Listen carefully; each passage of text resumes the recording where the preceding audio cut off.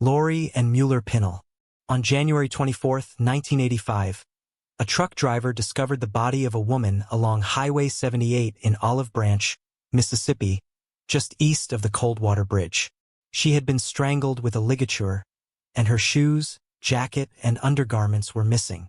Investigators from the DeSoto County Sheriff's Office identified her as a woman weighing about 110 pounds, standing 5 feet 3 inches tall, and estimated to be between 20 and 35 years old.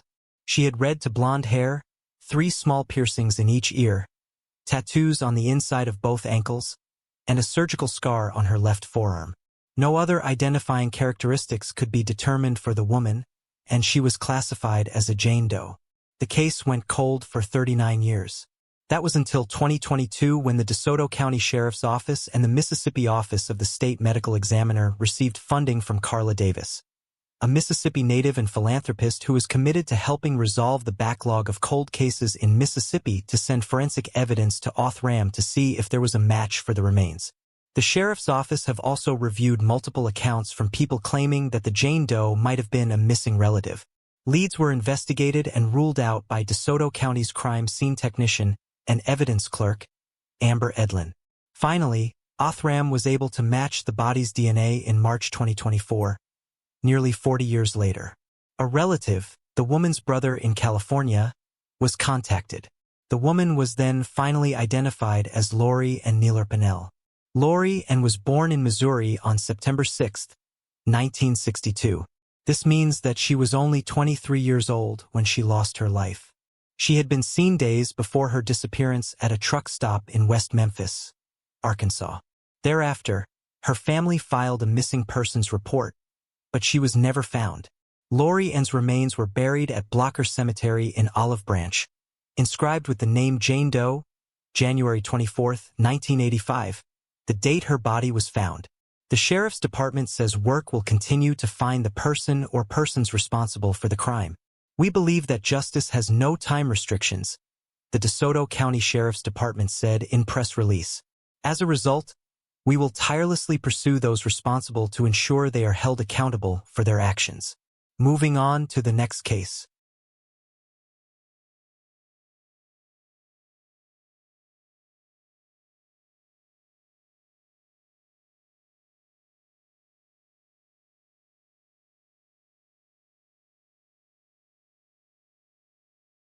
Charles Allen Ray.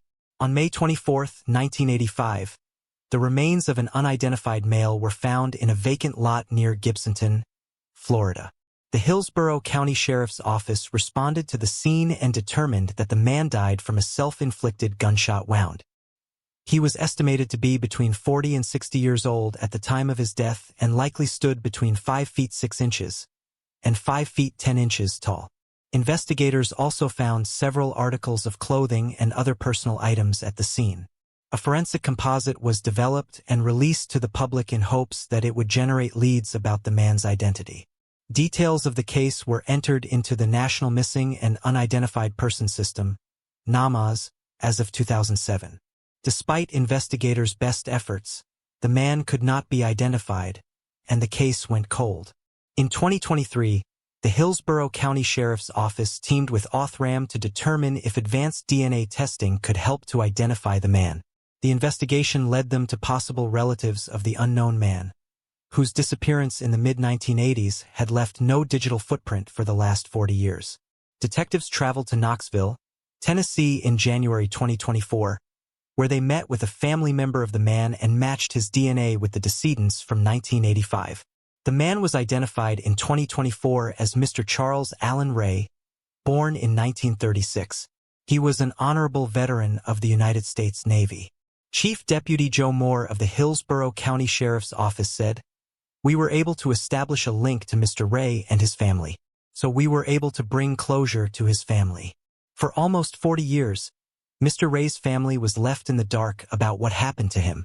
However, advancements in technology, particularly within the criminal justice field, have significantly enhanced our ability to solve crimes." Moving on to the next case. Marjorie West. One of Pennsylvania's most famous cases involves 4-year-old Marjorie West. Born on June 2, 1933 in Bradford, Pennsylvania, Marjorie was the youngest of three siblings alongside Dorothea and Alan. Her mother, Shirley and Cecilia West, and father, Shirley, who worked as an assistant engineer at Kendall Refining, made up her close-knit family. On the morning of May 8, 1938, the West family attended church services in Bradford before heading out for a picnic to celebrate Mother's Day.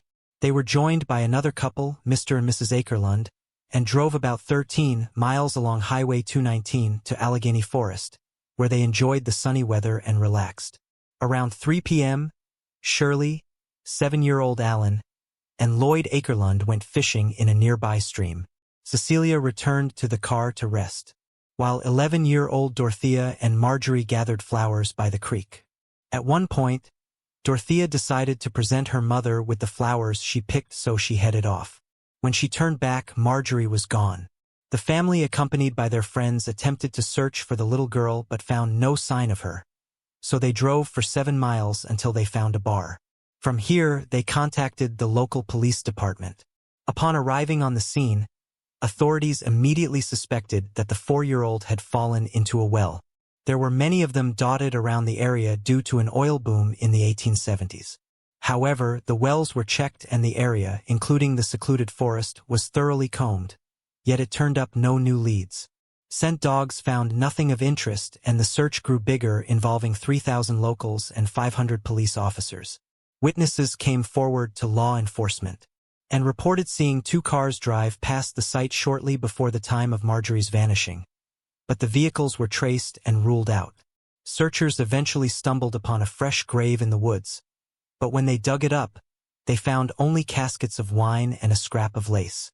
The lace was at first thought to have belonged to the little girl, but her family described her as wearing a blue dress, a navy mid-length coat with the collar edged in pink, a red Shirley Temple-style hats, and leather shoes.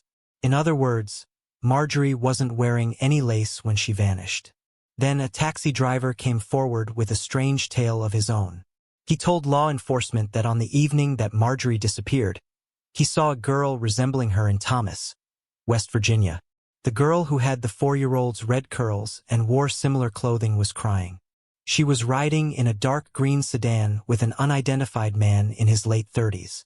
At around 11:38 p.m., the man stops to ask the taxi driver where the nearest motel was located. The witness pointed out the nearest one, but the pair came back because the motel had no vacancies. Then the man asked for a local liquor store. The witness told him there was one down the road. Then days later, a man who matched the description given by the taxi driver was seen by a gas station attendant as he refueled his car. The attendant noticed that in the back of the vehicle, there was a bundle wrapped in a gray blanket. At first, this seemed like a major break in the case. Authorities theorized that if Marjorie had been taken at around 3 p.m., it would have taken the perpetrator about 8 hours to reach Thomas. So they would have arrived between 11 and 11:30 p.m., matching up with the witness statement. However, authorities were able to track the man down. He was the father of the little girl and was a merchant. The pair were trying to get home but had to stop driving because of the thick fog that night. The little girl, who was either 5 or 6, had been upset because she was frustrated at not being able to go home. Although the girl did look similar to Marjorie, police determined that the pair had nothing to do with the investigation and she was not the missing 4-year-old. However, it's unclear if the gas station attendant saw this same man or not.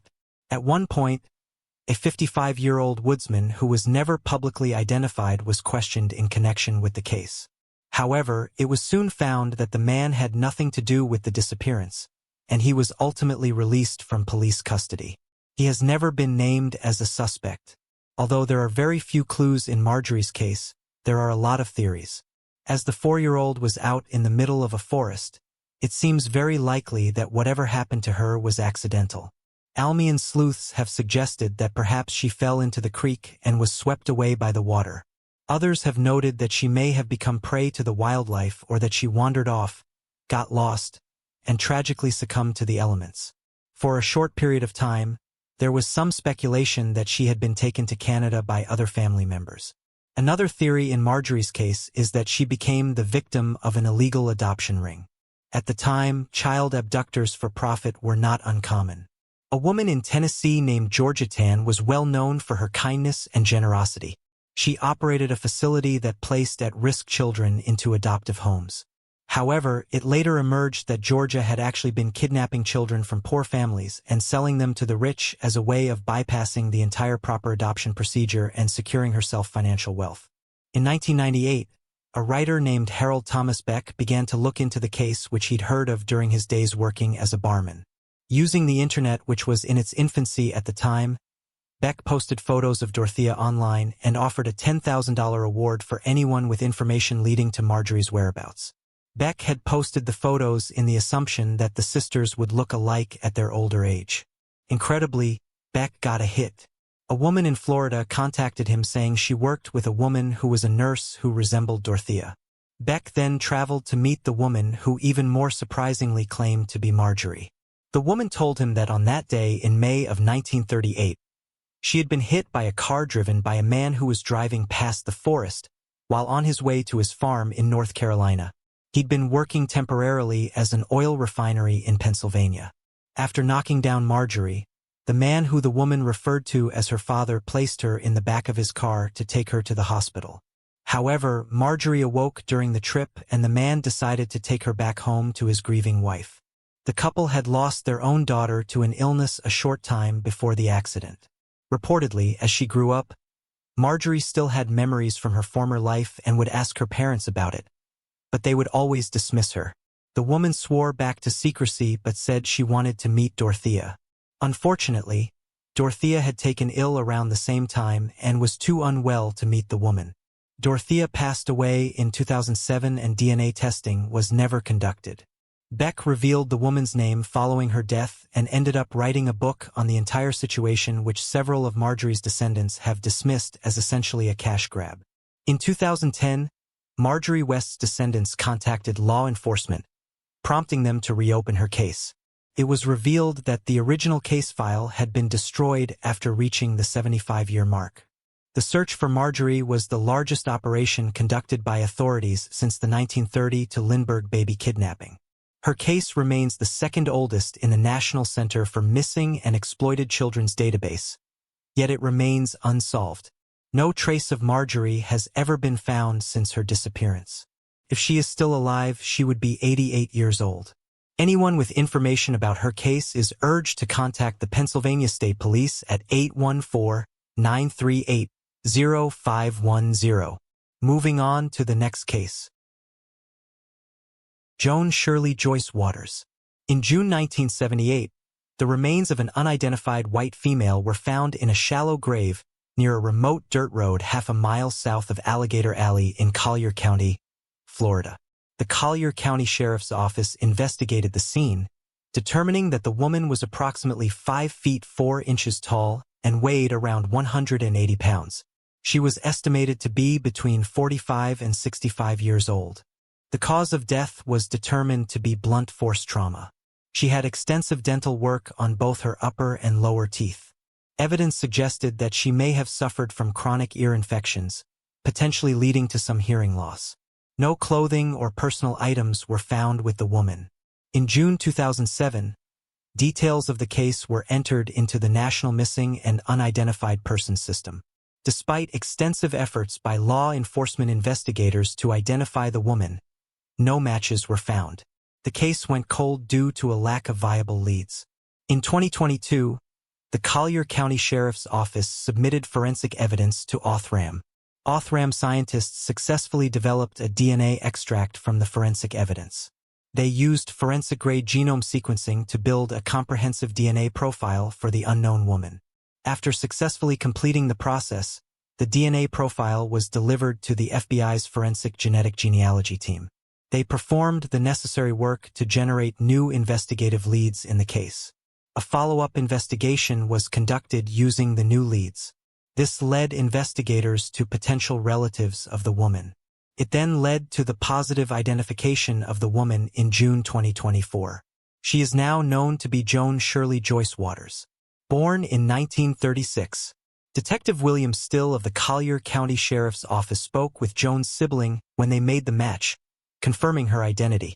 Joan had been out of touch with her family, and her sibling had last seen her in the early 70s, not knowing what had happened to her since. Detectives still emphasize that the case remains open as they continue to investigate and work towards identifying the person responsible for Joan's demise. Moving on to the next case. Gregory Jean Jr. In 2014, Liza Smith, who had been desperately trying to locate her son Gregory Jean Jr. after he was forced to stay with his father in Georgia, received a Facebook friend request from him. This was the first contact she had with him in years.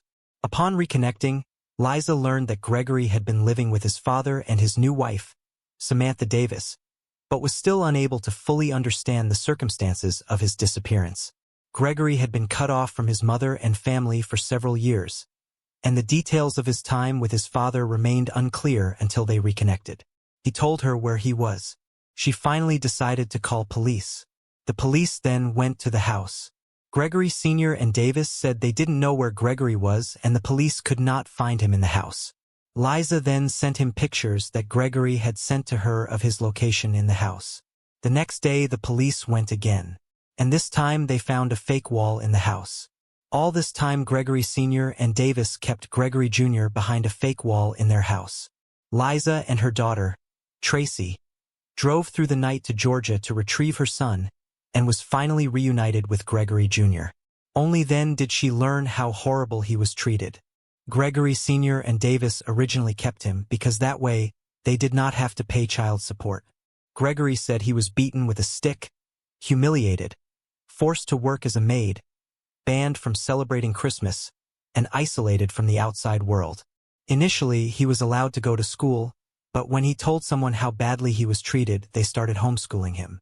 Gregory hatched a plan to contact his mother. He found a cell phone and connected it to a Wi-Fi network. He then downloaded an app that allows you to call via Wi-Fi. That was how he was able to call his mother, and then continued messaging her on Facebook.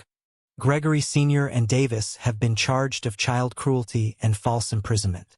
Gregory Jr. asked for mercy for his father and stepmother. "I just want to be free to live my life and let vim laveres," is what he had to say. One day he wants to be a lawyer so he can hopefully help others. Moving on to the next case. Amanda Lynn Scumendeza. In March of 1995, a person recycling in the unincorporated area of Holt, California, stumbled upon a partially submerged refrigerator in an irrigation canal off Bacon Island Road. Inside, investigators discovered the body of a woman. Due to the advanced decomposition, it was clear that the body had been submerged for several months. The victim was described as a Caucasian woman with strawberry blonde hair, weighing between 110 and 130 pounds and believed to be aged between 29 and 41. For nearly 27 years, the San Joaquin County Sheriff's Office struggled to identify the woman, who became known as the lady in the fridge. Despite the exhaustive efforts of law enforcement, the woman's identity remained a mystery. After exhausting all leads for investigators to pursue, the case eventually went cold. Over the years, many investigative and scientific techniques have either been improved or created through new technological advances. One of those methods is investigative genealogy, which combines DNA analysis with traditional genealogy research and historical records to generate investigative leads for unsolved violent crimes. In 2022, San Joaquin County Sheriff's Office and the San Joaquin County Medical Examiner's Office partnered with Othram to determine if advanced forensic DNA testing could help establish an identity for the woman or a close relative. Skeletal evidence was sent to Othram's lab, where their forensic scientists developed a DNA extract and used forensic-grade genome sequencing to build a comprehensive DNA profile for the unknown female.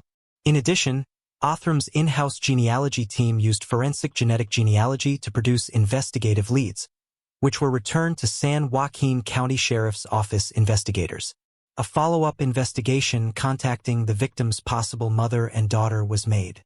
They provided their DNA sample to compare, confirming the identification of Amanda Lynn Scumendeza, born August 11, 1965.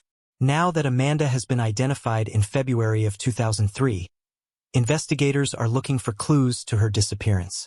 Investigators have learned that Amanda Lynn Scumendeza was separated from her husband at the time of her disappearance and had 3 young children. She was last seen at an unknown apartment complex in Napa, California, with an unidentified male whom she had met in a rehabilitation facility.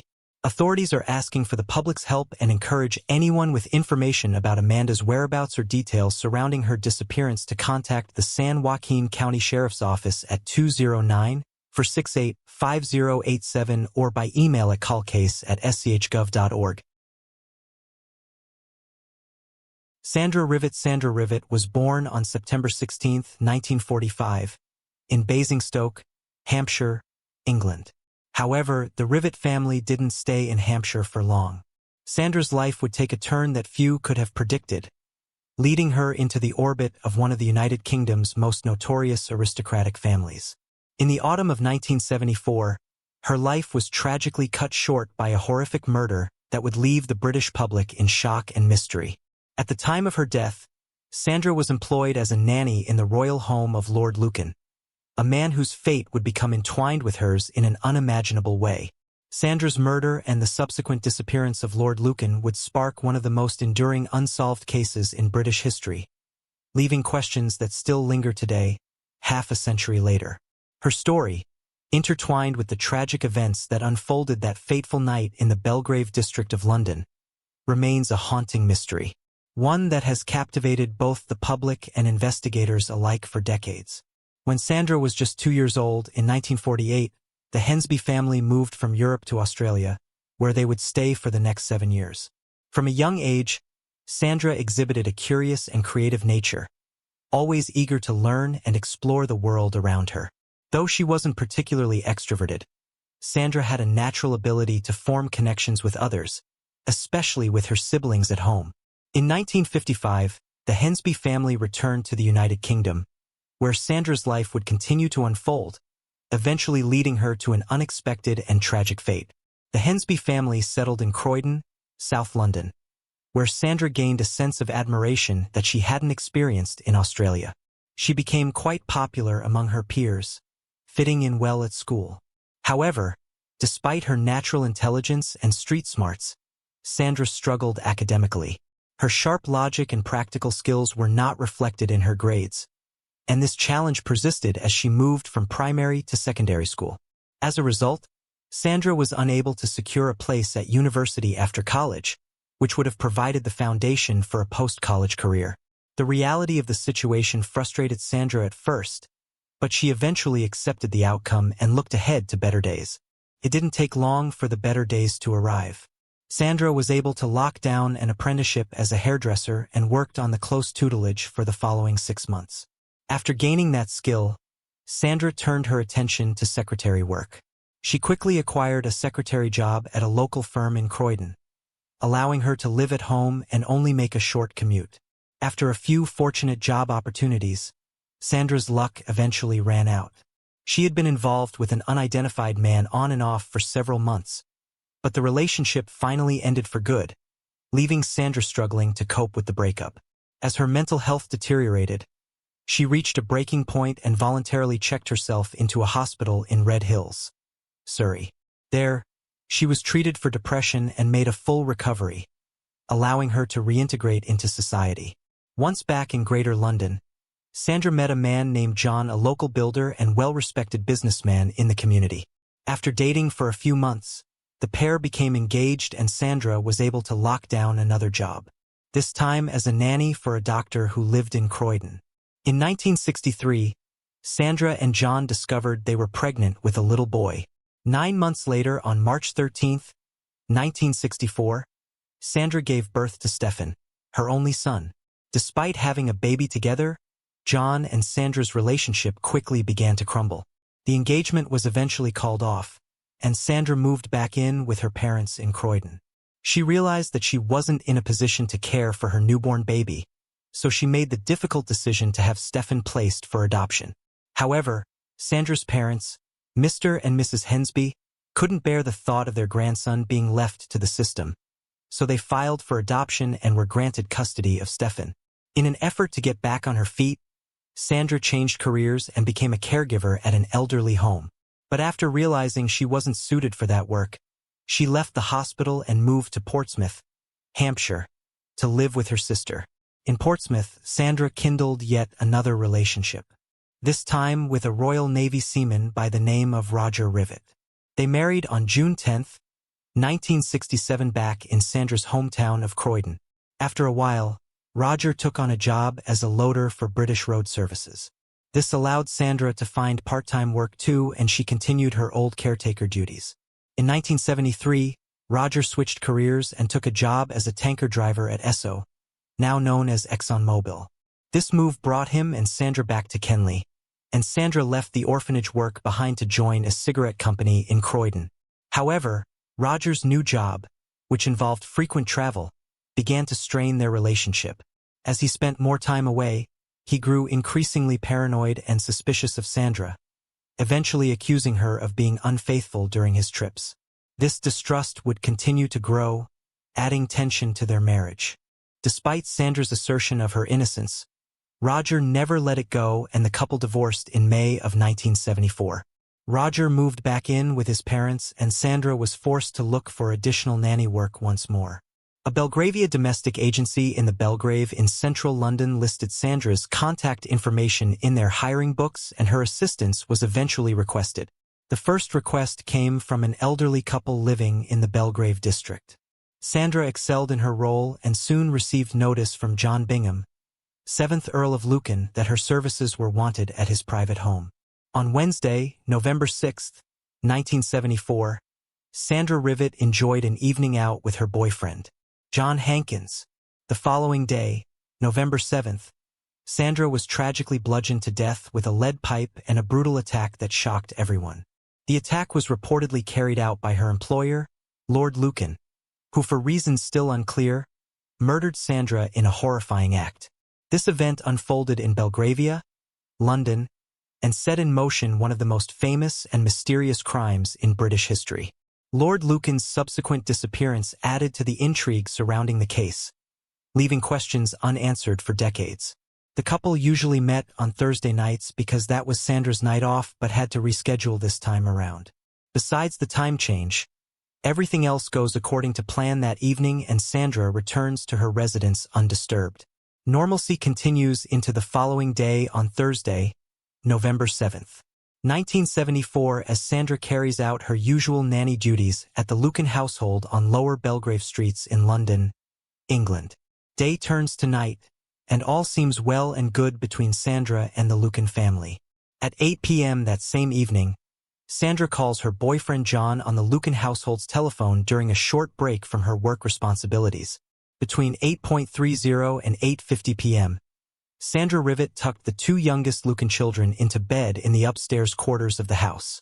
Around 8:55 p.m., she approached Lady Lucan, formerly Veronica Mary Duncan, to offer her a cup of tea. Lady Lucan accepted, and Sandra went to the kitchen, which was located in the basement of the home.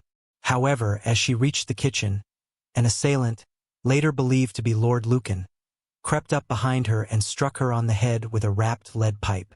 The brutal attack continued as he struck her repeatedly, leaving Sandra bludgeoned and ultimately lifeless on the kitchen floor. Once Sandra's pulse stops, the assailant picks up her body and places it into a mailbag made of canvas. A few minutes pass by and Lady Lucan becomes restless upstairs. Wondering what could make preparing tea take so long, she leaves her chair and trots down to the first floor.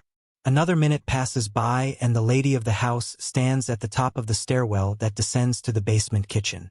She calls out for Sandra without hesitation, but is quickly attacked from behind herself. As Lady Lucan is attacked, she attempts to fight back. During the violent quarrel, she is able to bite the fingers of her assailant before being shoved face first into the floor. After screaming at the attacker, an eerily familiar voice shouts. Lady Lucan would later tell a judge and jury that this voice sounded exactly like her husband's voice, Lord Lucan himself. Near the end of the violent encounter, Lady Lucan is luckily able to reach behind her and grab her attacker by the testicles. As she squeezes, the man releases his hand from her throat and shouts out in pain, giving up the fight. This is where the truth becomes clouded. According to reports, Lady Lucan runs away from the attacker and finds her husband Richard John Bingham. However, it's described as a non-violent interaction with Lord Lucan calmly telling his wife that he killed her when Lady Lucan asks where Sandra was. In a bizarre twist, some reports claim that Lady Lucan offers to aid John Bingham's escape from their Belgravia manor on the condition he would wait for her injuries from the attack to heal. Apparently, after this engagement, Lord Lucan visits the upstairs quarters and sends the eldest daughter to bed. He takes Lady Lucan into one of the bedrooms and asks her to lay down blankets so as not to stay in the bedsheets. While she sits on the bed, Lord Lucan asks if there were any barbiturates, to which Lady Lucan replies stating there are some in the bathroom. Lord Lucan enters the bathroom to find the medicine as well as to wet a small cloth to help clean Lady Lucan's wounds. In the heat of the moment, Lady Lucan uses Lord Lucan's task as a distraction and jumps up from her spot on the bed and dashes downstairs. Lord Lucan, unable to hear anything from the bathroom, carries on ignorance to his wife's escape. Once she is outside, Lady Lucan seeks refuge in a public house known as the Plumber's Arms. It is here she hides from her husband until the police arrive. Meanwhile, back at the Lucan household, Lord Lucan finally realizes his wife is missing and doesn't hesitate to hatch his own escape plan too. He leaves his Belgrave home for the final time just before 10 p.m. Sometime between 10 and 10:30, Lord Lucan arrives at Madeline Florman's house in Chester Square, the mother of a friend to Lord Lucan's eldest daughter Frances. He pounds on the door, but is never met by any of the home's occupants. Inside, Madeline ignores the raps on the door, as she is the only one there. After a few minutes of waiting, the knocks stop and the phone rings, instead only to hear a bunch of gibberish coming from the other line. During the phone call, Madeline is able to make out something regarding her front door and puts the receiver down. She walks to the doorway and swings the front door open to reveal a blood stain on the doorstep. Later forensic work would classify the blood stain to contain two different blood types, blood groups A and B, the two types belonging to Lady Lucan and Sandra Rivet respectively. Madeline rushed back inside to the phone, but the other line was now dead. She immediately slammed down the receiver, picked it back up again, and dialed for the police. Then sometime between 10:30 and 11 o'clock p.m., Lord Lucan phones his own mother and tells her to go to his house and fetch the children. He tells her that something terrible has happened in the home, and that he had driven by and saw Lady Lucan fighting with an assailant in the basement and ran in only to find her screaming. The police later attempt to track down the precise location of where Lord Lucan dispatched the call to Madeline's home and his mother's house, but it is never learned. On the other side of town, Lady Lucan finally makes contact with the police. Law enforcement tells her they forced entry into the house where Lord Lucan is nowhere to be found. However, they do discover Sandra Rivet's body still in the canvas mailbag downstairs. Lady Lucan is then put into an ambulance and rushed to St. George's Hospital in Tooting, London. Her husband, on the other hand, drives his Ford Corsair sedan to the home of Ian and Susan Maxwell Scott, friends of Lord Lucan. It is located nearly 68 kilometers from his home. At the Maxwell Scott residence, Lord Lucan comes across as quite disheveled and unkempt in the eyes of Susan. He also sported a dark wet stain of sorites on his hip. When Susan confronts Lucan, he tells her and her husband that he saw a man attacking his wife, and when he went inside to comfort her, he slips on a pool of blood, and that's why he looks a mess. Despite the bizarre story or the fact that Lucan was with his friends rather than helping his family, either Ian or Susan suspect Lucan of foul play. They also don't turn on their radios or televisions that evening, failing to see the news and hear of the entire Lady Lucan ordeal. While Lord Lucan is at the Maxwell Scott home, he writes 2 letters addressed to his brother-in-law, a man by the name of Bill Shand Kidd. One of the letters is regarding his side of the story to the attempted homicide on Lady Lucan's life and his fear that he will be framed for the ordeal. The other letter addressed non-important financial matters. A third letter is later recovered. However, where Lucan wrote it is unconfirmed. This letter addresses similar fears Lord Lucan is having, and he asks the recipient Michael Stoop to look after his children whenever he can. At around 12:30 a.m. on Friday, November 8th, Lord Lucan calls his mother a second time to say he'll call again in the morning and won't speak to police that night, waiting until dawn on Friday to speak to the authorities. 45 minutes later, at 1:15 a.m., Lord Lucan drives away from the Maxwell Scott property. A few hours later on that next day, Roy Ransom, the chief detective superintendent in charge of the investigation, arrives at the Lucan household on Lower Belgrave Street. With him is the divisional surgeon, photographers, forensic scientists, and petty officers. In the first sweep of the house, authorities discover no forced entry outside of the door they themselves kicked in. A bloody towel in Lady Lucan's bathroom and a lot of blood at the top of the basement stairs. Police also find a bloody pipe that morning in the Lucan family home. Near the pipe are broken picture frames, a broken metal banister, and other various damaged walls and surfaces from around the general area. Next, law enforcement attempts to track down Lord Lucan so they can bring him in for questioning. First, they try to reach him at 5 Eaton Row, a flat Lord Lucan had lived in since 1973 when his marriage started crumbling due to a growing gambling addiction. After the Eaton Row flat proved to be empty, police then checked another address at 72A, Elizabeth Street, where Lucan's mother said he would stay at times. At the Elizabeth Street address, detectives find a full suit and shirt laid out, a Greek book, a wallet, car keys, cash, a driver's license, and Lucan's passport tissues and glasses. Outside, there was a blue Mercedes-Benz, but when the police attempted to start it, both the engine and battery were dead. After the detailed search at the Lucan household wraps up, police follow up with Lady Lucan, who is still at St. George's Hospital and under heavy sedation. Despite the drugs, Lady Lucan is able to describe the general circumstances of her attack while never accusing her missing husband. Over the next couple of days, a post-mortem inspection of Sandra Rivet's body goes underway under the close watch of famous pathologist Keith Simpson.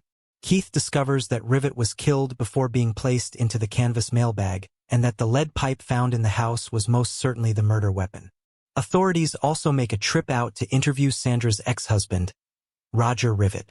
Roger provides a rock-solid alibi, as do other men associated with Sandra's previous relationships. Around the same time, Lady Lucan was finally released from the hospital and returned to her children, eventually relocating to Plymouth due to the media's invasive and disrespectful coverage. On Sunday, November 10th, law enforcement discovered the Ford Corsair driven by Lord Lucan on the night he was last seen. The car was found in Norman Road, New Haven, just 26 kilometers from Uckfield, where Lucan had stayed with the Maxwell Scott couple. The vehicle was impounded and searched later that day, during which investigators found a second piece of lead pipe hidden in the car's trunk, further intensifying the suspicion surrounding Lord Lucan's involvement in the murder of Sandra Rivet.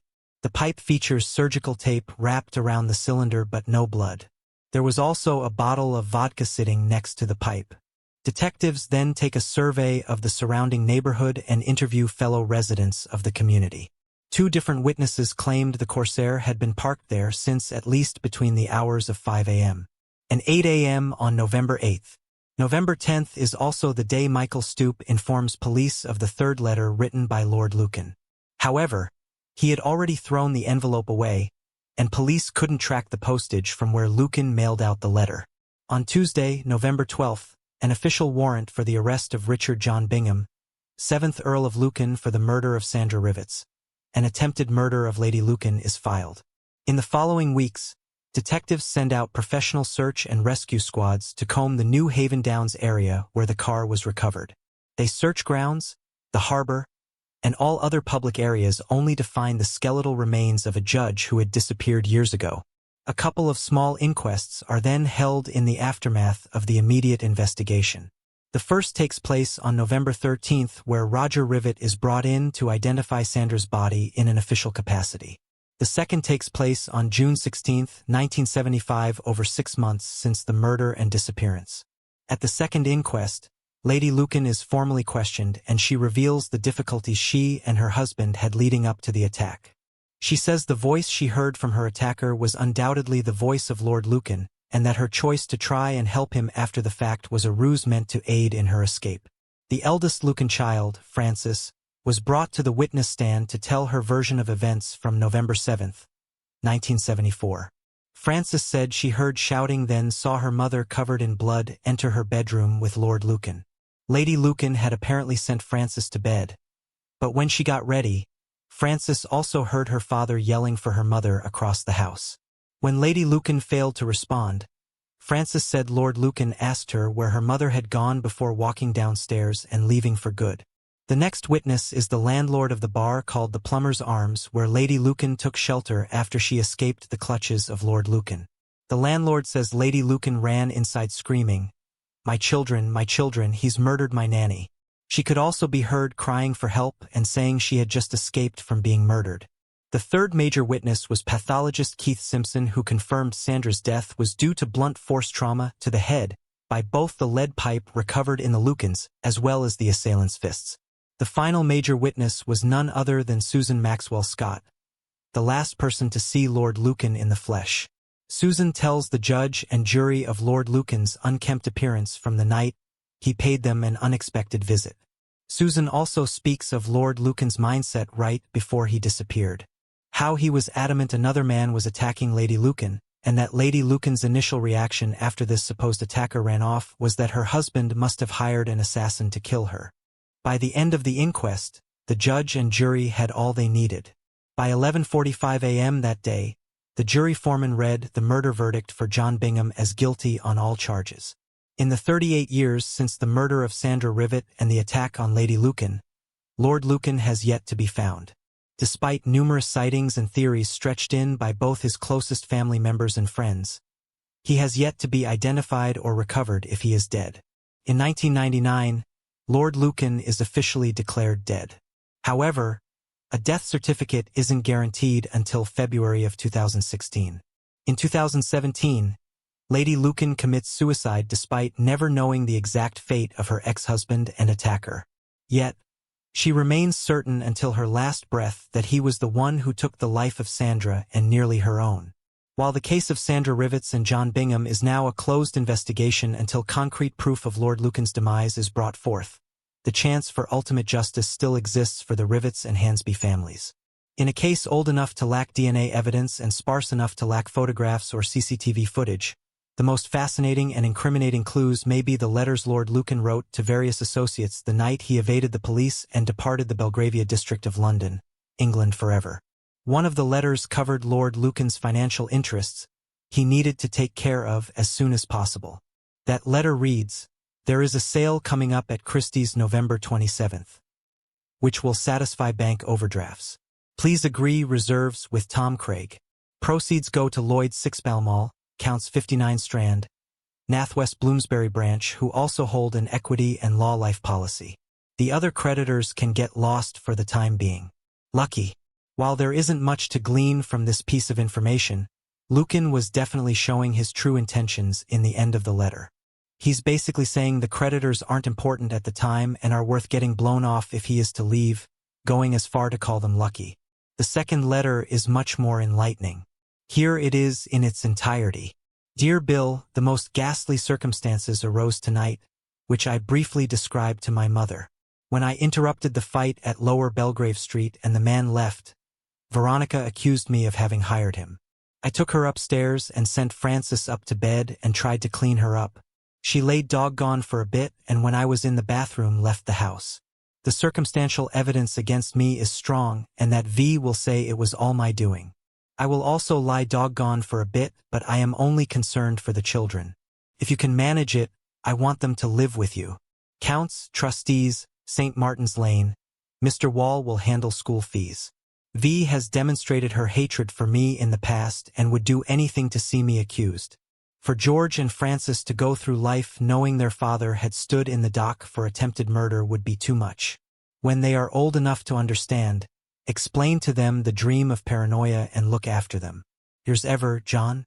The letter is addressed to Bill, Lord Lucan's brother-in-law and occasional confidant. While Lucan attempts to argue his innocence, in truth he does anything but. Lord Lucan's words and actions paint a picture of a man who was trying to evade responsibility rather than a man striving to clear his name. His claim that his wife had accused him of hiring a hitman to kill her, combined with his belief that circumstantial evidence would convict him, indicated that he was fully aware of the gravity of the situation and the mounting evidence against him. His decision to flee rather than confront the accusations and speak with the police suggests that he was more focused on avoiding capture than on proving his innocence. Furthermore, his assertion that others would take care of the children and their schooling, instead of stepping up to fulfill his parental duties, only deepens the suspicion that he was not a man caught in an unfortunate situation, but rather someone guilty and determined to escape the consequences of his actions. If John Bingham were truly innocent, he likely would have stayed to face the charges, reassure his children, and work with authorities to clear his name. Surely, he would aid the police in their search for this unidentified killer. Surely, he would do something, anything other than run away and never look back. The third letter was written to Michael Scoop, who owned the St. James pub and the Ford Corsair eventually taken and left behind by Lord Lucan in his final moments in the public eye. The letter reads, "My dear Michael, I have had a traumatic night of unbelievable coincidence. However, I won't bore you with anything or involve you except to say that when you come across my children, which I hope you will, please tell them that you knew me and that all I cared about was them. The fact that a crooked solicitor and a rotten psychiatrist destroyed me between them will be of no importance to the children. I gave Bill Shankett an account of what actually happened, but judging by my last effort in courts, no one, let alone a 67-year-old judge, would believe, and I no longer care except that my children should be protected. Yours ever, John." This letter is perhaps the most telling. Lord Lucan is so convinced the world is out to get him, now blaming the likes of an unknown solicitor, psychiatrist, and judge, that he no longer cares. He says he only wants his children taken care of and that no one will believe his story. Otherwise, the letters speak for themselves, covered in blood and written under the candlelight of a midnight escapade after Bingham's actions in November of 1974. The case of Sandra and John Bingham is unique to cold case detective in that they aren't true cold cases. Sandra Rivet was officially found to have been murdered by Lord Lucan. And while Lord Lucan was never found after vanishing, he is not the victim in question here. Most people believe Lord Lucan committed suicide, a theory held by both Lady Lucan and the detectives leading the investigation. At first, the chief detective Roy Rancher said that while Lord Lucan may have killed himself, it would have happened somewhere outside the Belgravia and the surrounding cities where detailed search and rescues were held. Other searches eventually transpired all over the world, and yet nothing came of them. One private investigator who took the case over in 2006 stated they had enough evidence to conclude that Lord Lucan actually left London and started a new life elsewhere across the globe. However, what this exact evidence showed was never made privy to the public. If Lord Lucan didn't end his own life, where could he have escaped to? The last person to have seen Lucan alive has a strong theory herself. Susan Maxwell Scott once told John Pearson, famous bibliographer who wrote about the murder, that she believed Lucan did indeed have help getting out of the country, most likely from the aid of financiers who are only known or accessible to those who are or were once rich. However, Susan also added a twist to the story. She said that she believed the financiers came around on their decision and saw Lucan as too great a risk to fulfill the escape mission. She believed Lucan was kidnapped, killed, and buried somewhere in Switzerland where the Swiss banks and potential financiers were located. Susan wasn't the only one to concoct such a conclusion. Jeremy Scott, an advertising executive familiar with the Sandra Rivet case, proposed Lucan was killed and hidden by someone with both power and money. Jeremy's thoughts were somewhat valuable as he had strong connections with a few members of the Claremont set. The idea that Lord Lucan may have been connected to the Claremont set, an exclusive group of ultra-wealthy gamblers, adds another layer of intrigue to the case. The association with such a group could suggest a darker side to his personality, one that might involve risky behavior or connections that could have led to the crime or his subsequent disappearance. The police, however, never confirmed if they explored this avenue fully, leaving this possibility in the realm of speculation. As is often the case with high-profile disappearances, numerous sightings of Lucan sprang up after his vanishing. These sightings, reported from places as far-flung as France and Colombia, only muddied the waters further. One of these reports involved a businessman in Colombia who resembled Lucan, while another sighting brought comparisons to John Stonehouse, a British politician who had faked his death, prompting some to wonder if Lucan might have done the same.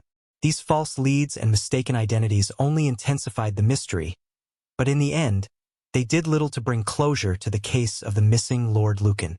There was also the instance of bounty hunter John Miller pretending to capture Lord Lucan in 1982. However, authorities quickly foiled the job as an elaborate hoax. Another false sighting occurred in 2003 when a former detective followed a man all the way to Goa, India, thinking they were Lord Lucan, only to discover they had accidentally tracked a man by the name of Barry Halpin, a folk singer from Merseyside in northern England. It happened yet again in 2007 when a few members in a small New Zealand community thought a British expatriate living on their streets resembled an aged John Bingham. However, when reporters located the houseless male subject, they quickly learned he was in fact not Lord Lucan. Many people around the official investigation and curious bystanders in general felt that if Lord Lucan made his escape and lived to tell the tale, he probably wound up in South Africa or somewhere else on the continent. This was always pure guesswork.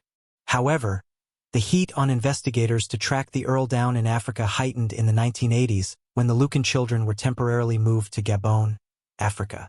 Many wondered if this was intentional so the Lord Lucan could monitor his children from a distance if not visiting them in secret himself. The only other theory that made sense in the hours after Sandra Rivet was killed was that someone had broken into the Lucan house to target Lady Lucan but mistaken her for Sandra, and then fled once Lord Lucan arrived per his own words. However, there simply isn't enough evidence to hold up such claims. Everything the defense tried to argue at the inquest regarding Lord Lucan's innocence had a counterargument. While it was true that Lord Lucan's fingerprints were not present at the scene of the crime, Lucan's defense team at the inquest had no answers for why he had a second piece of lead pipe in the trunk of his car. The lead pipe in the car had a similar appearance to the one used to murder Sandra, and while forensic scientists could not state for certain the two pieces were cut from the same pipe, they said it was most likely that both the pipes and the surgical tape wrapped around them were of the same cut of materials. Not only that, but the bloodstains found inside the Ford Corsair were tested and found to be part of the AB blood group. Remember, the blood found on the crime scene was from both the A and B blood groups. But it was possible the stain in the Corsair was a combination of the two separate blood sources from Lady Lucan and Sandra Rivet. The defense also had no proper rebuttal to the witness testimonies that shared Lucan's semi-secret desire to murder his wife. They can call it a joke or a coincidence, but in truth, it sounds nothing more than a foreshadow to murder. There also wasn't a single piece of evidence outside of Lucan's letters that led investigators to believe a second man was on the Lucan property on November 7, 1974. Firstly, police had no suspects who matched the description or had any motive to kill Sandra. Secondly, there were no clues of forced entry at 46 Lower Belgrave Street. Thirdly, there was no way for Lord Lucan to know Sandra or his wife was being attacked in the kitchen in the basement because the only way to look into the kitchen from the street is through the tiny window facing outside, which Lucan would have to stoop very low to the pavement to even access. Not only that, but the basement kitchen light was not functioning at the time because it had been screwed out of its fixture and placed on a chair sitting in the room. Meaning with someone with the knowledge of the kitchen's interior would have screwed the light bulb out as to cloak their crimes in darkness. In fact, Lady Lucan had never even entered the basement itself in the first place, contradicting Lord Lucan's own words. And even if she had been down there, and even if she had been attacked by an unknown stranger, they wouldn't have been able to escape out of the basement kitchen door like Lucan said. The door was in fact locked the night of the murder. In addition, there were no signs of a rushed escape or anything of that nature in the barricaded garden that sits right outside the basement door in question, nor any eyewitness testimony by the Lucans' neighbors that placed a strange shadowy figure in the vicinity of 46 Lower Beldist. The only reasonable claim that Lord Lucan's defense team could use was that if Lucan wanted his wife dead and was familiar with the house, why would he go out of his way to kill the nanny first, whom he certainly would have as not being his wife? It is a fair question, but there are possible answers. For a murder and escape premeditated, it wouldn't be a shock to hear Lord Lucan killed Sandra on purpose as to create this very doubt in the minds of investigators. King that if the nanny was killed too, her killer must be someone who did not know the faces of his victims. In the end, it was just another twisted idea in the mind of a twisted killer who committed a twisted crime. It is a fool's errand to spend time debating who killed Sandra Rivet or how she was murdered. It is clear based on both physical evidence and the testimony of Lady Lucan that her husband is the prime and only suspect, and that Lord Lucan ran away post-assault and homicide to flee from capture and avoid punishment for his crime. He had a motive, He was scared to death of losing the little custody he had left of his children. Bitter about his wife's legal battles and declining mental health, and enraged over the continued gambling addiction that plagued him ceaselessly. There is no question here. The assassin was Lord Lucan. Seeking justice in this case is not a useless endeavor.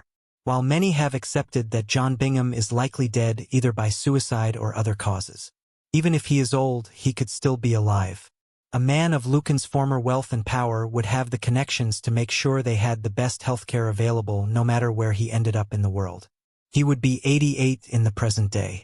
And despite the years since the murder, no man is too old to face justice and answer for their crimes. While Lord Lucan, the murderer, may never see justice. We want the focus of this story to be on Sandra Rivet and the loss her family endured and who she was as an individual. Sandra was a courageous survivor of violent relationships and a battle against depression and anxiety. She spent a portion of her life watching the world through a barred hospital window. Sandra Rivet's life, though full of hardship, reflected a deep compassion for others. She dedicated herself to caring for both the elderly and children, listening to their stories and sharing her own wisdom. Her work in these roles highlighted her natural empathy and her desire to make a difference, even when facing her own struggles. Despite her personal darkness and the challenges she endured, Sandra remained kind-hearted, always striving to help others. It is tragic that she was denied the opportunity to fully realize her potential and find peace, as she truly deserved. Her legacy is a reminder of the quiet strength and compassion that often goes unnoticed until it's too late.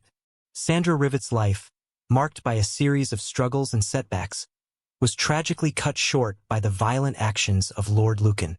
Despite her difficult past, which included heartbreak and personal challenges, Sandra had found a sense of stability and purpose working with the Lucan family, caring for their children and creating bonds she cherished. Her resilience in the face of adversity was undeniable, and it's essential that we remember her not just as a victim of a brutal crime, but as a woman full of promise, strength, and potential. Sandra Rivet deserved the opportunity to continue her life and write her own happy ending. Her memory should serve as a reminder of the lives lost to violence and the resilience of the human spirit. Christine Jessup in the peaceful, tight-knit community of Queensville, Ontario. The small town had an idyllic sense of safety, with familiar faces and unlocked doors. Parents like Janet Jessup often allowed their children to play outside without worry, trusting that their small town would keep them safe. On Wednesday, October 3, 1984, Janet didn't feel the need to rush home to greet her 9-year-old daughter, Christine Jessup, when school let out. Life in Queensville was so tranquil that such a routine felt entirely normal until Christine never came home that day. Christine Jessup was an adventurous and independent child full of curiosity and imagination. She enjoyed exploring the graveyard behind her home, spending hours lost in her own world. Like her older brother Kenny, Christine had a passion for baseball, but her true love was for animals. She found comfort and companionship in her dog, Freckles, and even kept a pet frog named Harold, which she housed in the damp, earthy basement of her home. Christine's playful spirit and love for animals painted a picture of a young girl with a deep sense of wonder and attachment to the world around her. On October 3, 1984, Christine Jessup returned home from school, filled with excitement to share her impressive music class records with her mother and brother. She knew that her father, Bob Jessup, would not be home, as he was serving an 18-month jail term for defrauding elderly family friends and was incarcerated at the Toronto East Detention Center. Upon entering the family's 2-story farmhouse, quickly realized that neither her mom nor her brother was home. Despite this, her cheerful demeanor likely remained as she awaited their return, unaware of the tragic events that were about to unfold. Christine wasn't overly concerned. She found a coin in the change jar and decided to head to the nearby store to buy a pack of gum. Before I continue, I want to remind you that only a small percentage of people who watch my videos are actually subscribed. So if you enjoy my content, consider subscribing. It's free and you can always change your mind later. Now let's move on with the video. Earlier that day, she had made plans to meet her friend, Leslie Chipman, at the park just across the street from the store around 4 p.m. At exactly 4 p.m., Christine arrived at the park, excited to meet her friend, unaware that this would be the last time she was seen. As planned, Leslie Chipman went to the park and waited for Christine to show up.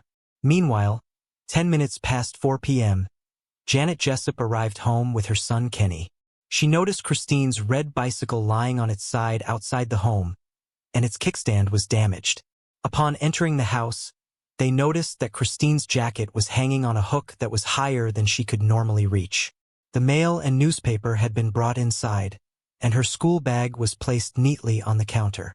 As the sun began to set around 5 p.m., Christine still hadn't returned home, which was unusual for her.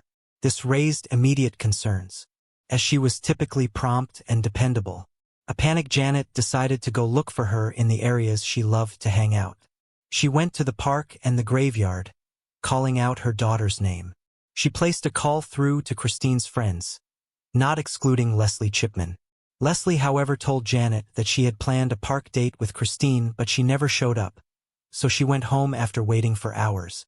On hearing this, Janet tried so hard not to panic, but it seemed impossible. Janet felt a deep sense of unease. She and Christine shared a close bond, doing everything together. Though she allowed her children some freedom, she always knew where they were. Now, as the hours passed with no word from Christine, she began to regret not being home in time to greet her daughter after school. That feeling of unease quickly grew into a sharp worry, as something just didn't feel right. Just 20 minutes of delay was all it took for Christine, her sweet, sensitive, feisty, adorable daughter, to disappear with no trace. The day was getting dark, and Janet decided to call the York Regional Police for help. At the time, children going missing was a common case, but the cases were always solved with answers provided within 48 hours. Parental abduction or child runaway was more often than not the usual explanation for a missing child at the time. But in the case of Christine Jessup, both scenarios did not make any sense. Both of her parents were accounted for, and Christine was never a type of child to run away from home. Back then, whenever Christine went to spend the weekend with her grandparents, she would always call home to hear her family's voices and say hello. In the 1980s, the York police force was small, with only one officer for every 860 residents. There were no specialized units for major crimes, and the force had never dealt with a case involving child kidnapping or murder. Their inexperience quickly became evident as they took on the case, leading to complications in the investigation from the outset. According to reports, when a police arrived at the Jessup's house, he removed Christine Jessup's jacket from the hook for closer inspection. Investigators were also said to have come in through the back and side doors of the house. The plastic bag used to wrap the newspaper was also thrown in the trash without being checked for fingerprints, which could possibly belong to the killer. Also, the Jessup's home was not restricted as a crime scene, as neighbors were seen coming in and out of the home, unintentionally touching one or two things that might have compromised any kind of crucial evidence if Christine Jessup had been abducted from her home. The police set up a search party which also included residents of Queensville, to help carry out a series of random searches of the area. The search yielded no results. Christine was never found. It was as if she had vanished from the surface of the earth without a trace. Her disappearance shocked the people of Queensville, who were used to looking out for one another. The community was left in disbelief, wondering how a 9-year-old girl could simply disappear without a single clue. According to Mark Johnson, one of the search party volunteers, the residents of Queensville were full of anxiety and concern. In her words, she said, "There is a feeling of disbelief that something like this could happen here." Due to how severe the situation was, Bob Jessup was later released from jail on humanitarian grounds. Bob and Janet then pleaded with the public to help in their daughter's return. The police knew that kidnappings are not just done randomly. The police believed that Christine Jessup's abduction was likely committed by someone who had an existing connection with the family. They asked the Jessups to provide a list of people who had access to their home when no family members were around. One of the names provided was Calvin Hoover, a close family friend who worked with Bob Jessup.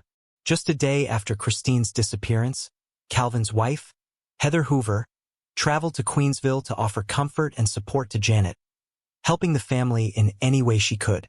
Sergeant Raymond Bunce of the York Police had an interview with Heather. Her alibi was that she was at her workplace on the day of Christine Jessup's disappearance. When asked about the whereabouts of her husband on that day, she said Calvin Hoover had been at work too. After responding to every question thrown at her, Heather took permission to leave, telling the officer that her husband and her children were home waiting for her and that she needed to hurry home. However, Calvin Hoover was never interviewed. Calvin Hoover was a man with dark hair, protruding front teeth, and a slim face, which appeared even slimmer when he wore his oversized glasses. At the time of Christine Jessup's murder, he was a 28-year-old tradesman from Scarborough with a penchant for drinking, partying, and gambling. Despite his flaws, Hoover had a certain charm that filled the room when he entered. To strangers and co-workers, he appeared friendly.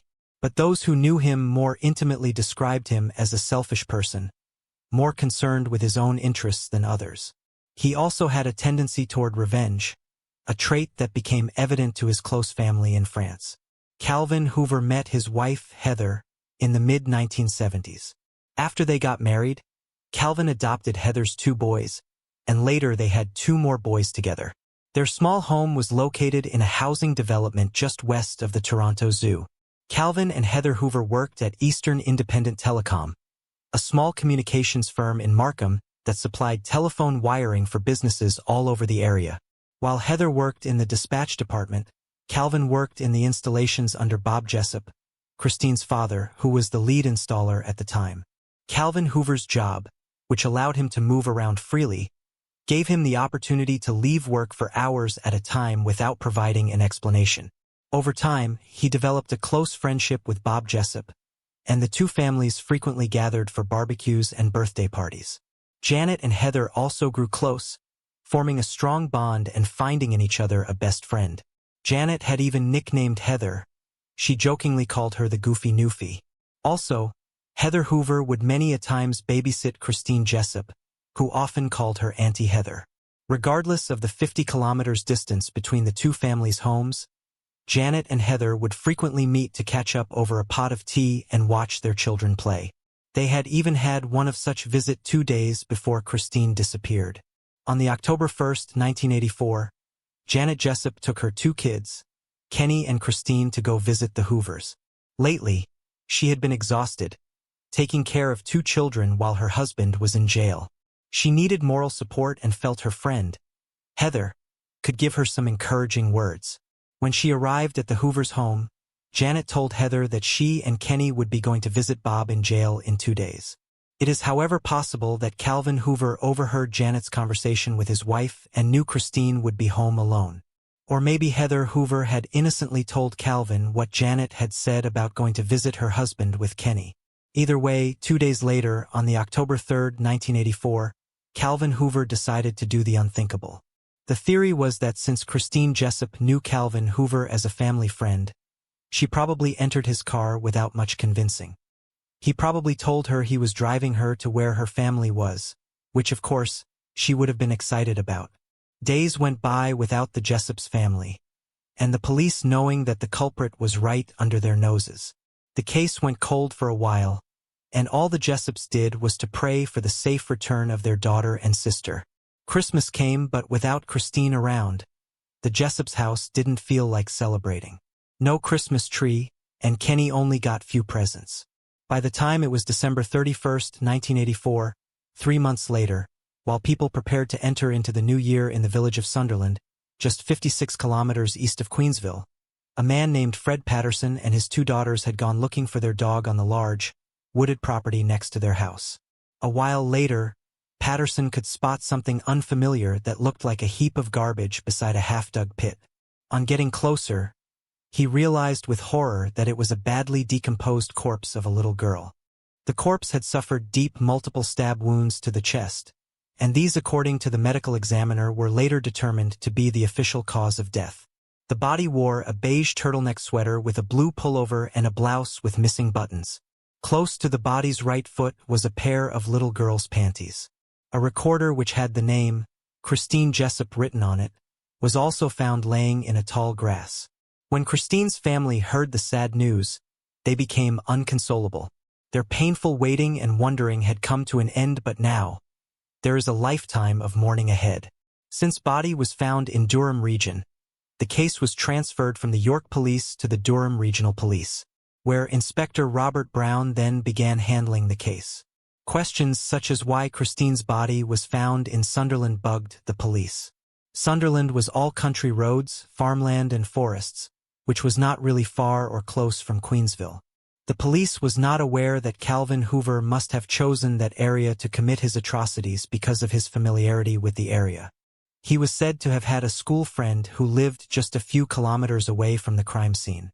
Calvin and his friend would often meet to go kayaking and backcountry camping. Calvin already knew the area like the palm of his hands.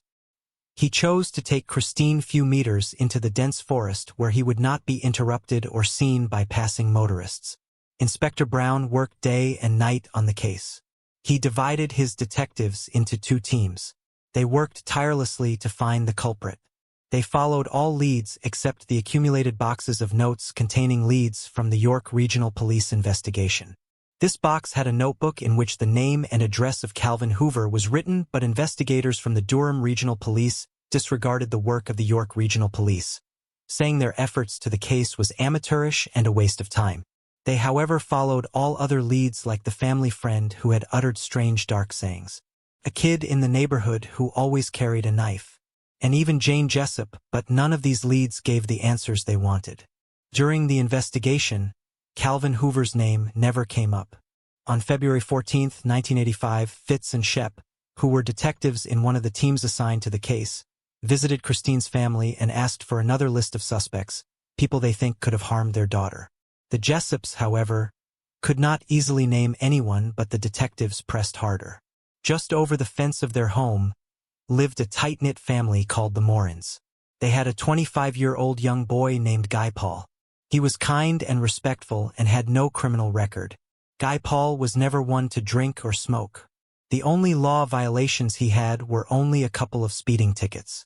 However, Janet recollected that Guy Paul did not participate in the search for Christine Jessup when almost everyone in Queensville had.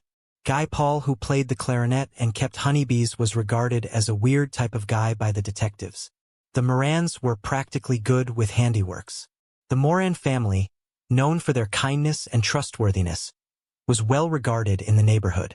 Alphonse Moran, the father, was a retired engineer, Army veteran, and college instructor who preferred to handle all home repairs himself, often with the help of his 6 children. A few weeks before Christine Jessup disappeared, Janet Jessup had asked the Morans if she could list their name and address as an emergency contact for Christine at school. Alphonse Moran gladly agreed. Guy Paul Moran was the second youngest of the Moran children. He possessed the same intelligence as his father. Alphonse taught Guy Paul to weld when he was just 10 years of age. He would often ask his son to assemble some mechanical clocks he had intentionally scattered. They often worked together fixing cars at their backyard. Guy Paul was a young man who loved woodworking and unraveling puzzle-like problems that required patience and focus. He possessed a photographic memory. He often retained the serial numbers of his favorite possessions in case they got stolen. By the time Christine Jessup went missing, Guy Paul was in 3 bands. He loved music and was a prodigy on the clarinet. On February 22, 1985, detectives Fitz and Shep went over to the Morans and engaged Guy Paul in a conversation. He was invited into their car for a casual chat. Guy Paul was asked how well he knew Christine Jessup. He said he did not know her that well. He said there was a huge age gap between the both of them. Christine was more than 16 years his junior, so they never had much cause for interaction. He claimed to have once helped her catch Freckles, her dog, who was running loose. He also recalled talking about gardening to her. And the last interaction he ever had with the Jessups was when he had gone over to help relight the pilot on their furnace. The investigators questioned him about his whereabouts on the day Christine disappeared.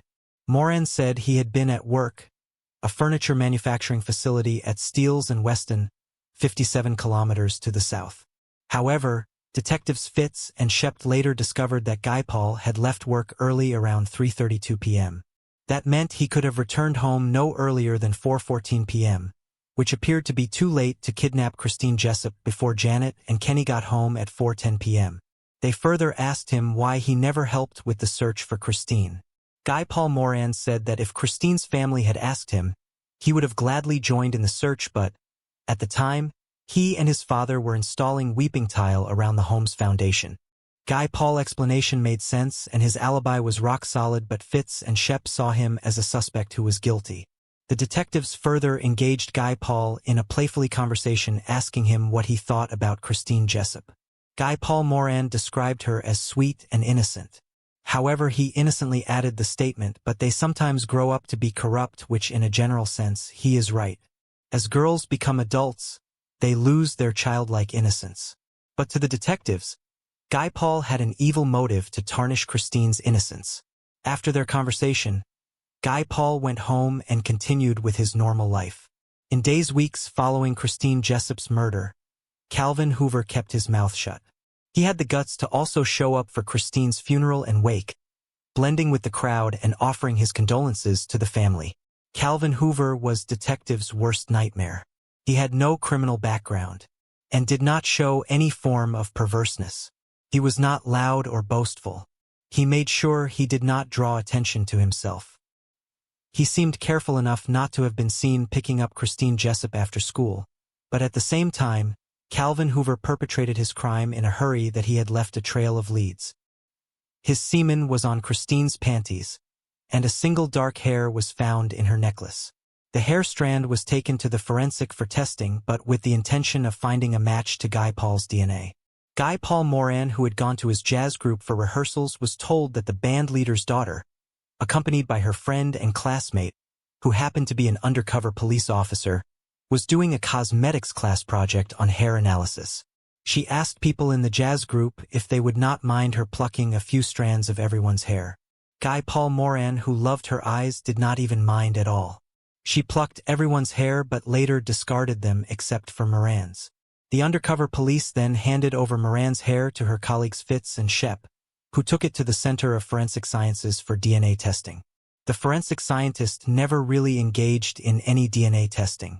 She only microscopically compared the hair color from Christine's necklace to Moran's and concluded that the match was consistent. This was all Detective Shep, and Fitz needs to arrest the wrong guy. In the evening of April 22, 1985, Guy Paul Moran was on his way to band practice when he saw police flashing lights in his rear-view mirror. He thought he was being pulled over because he wasn't wearing his seatbelt. He did not have an idea that 14 other police officers were around the area. 2 cops approached his car, and he was surprised to recognize the detectives he had spoken to about Christine Jessup's weeks before. Thinking it was nothing to stress about, he greeted them, "What's up, guys?" In response, Fitz and Shep told him they were arresting him for the murder of Christine Jessup. A baffled Moran exclaimed, "What? It seems you're describing a dramatic turn of events in the story." As Guy Paul Moran was brought in for questioning, he realized that the situation was spiraling out of control. In his mind, he had made an honest mistake, but now he was facing the full force of the law for a crime he had no part in.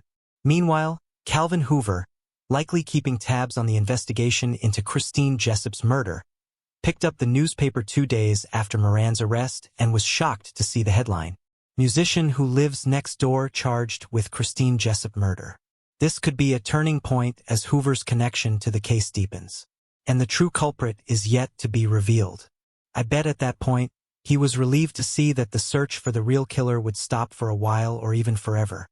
His wife, Heather Hoover, who had kept a photo of Christine that the little girl had given her, often visited her at the cemetery.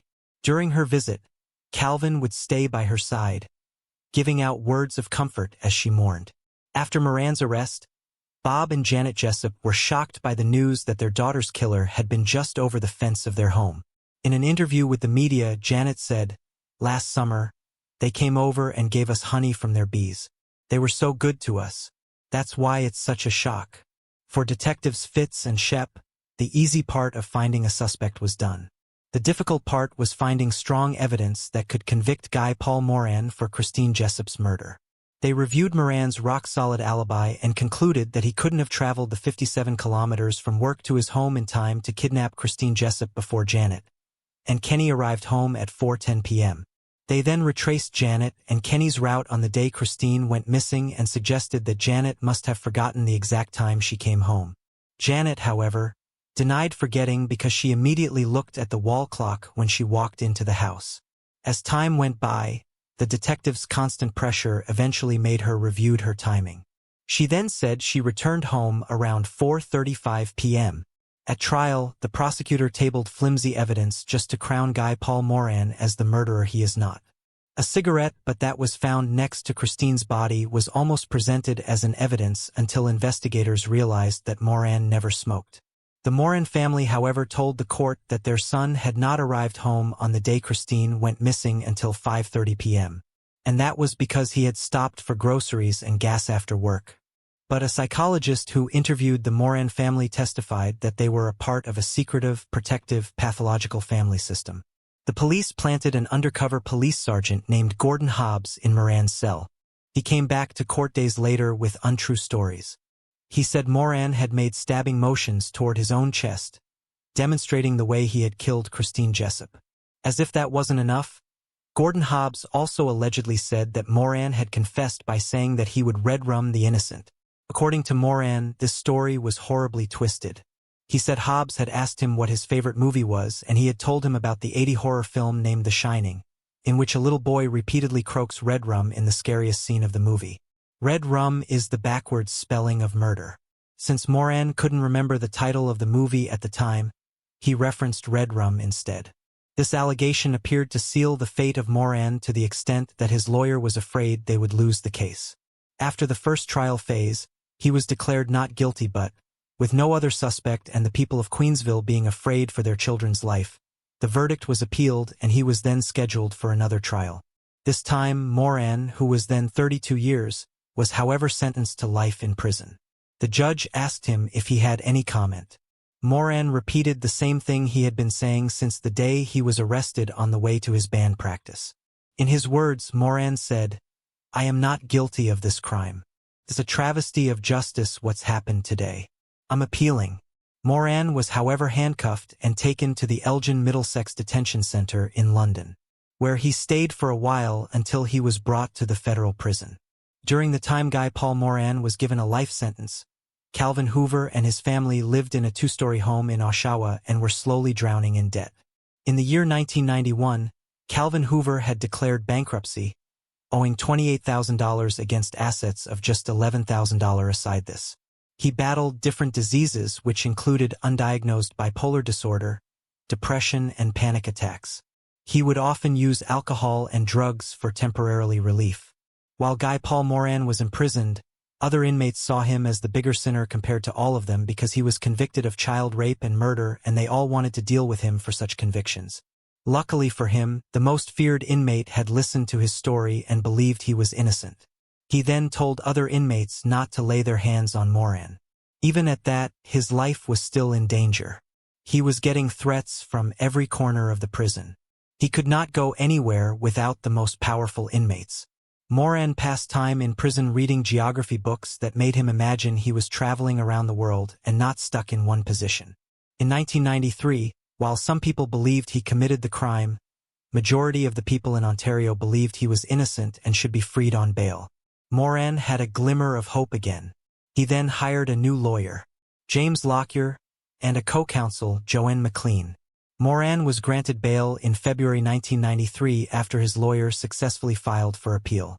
At that point, Moran had spent 2.5 years in courtrooms and almost 18 months locked away in 6 different facilities.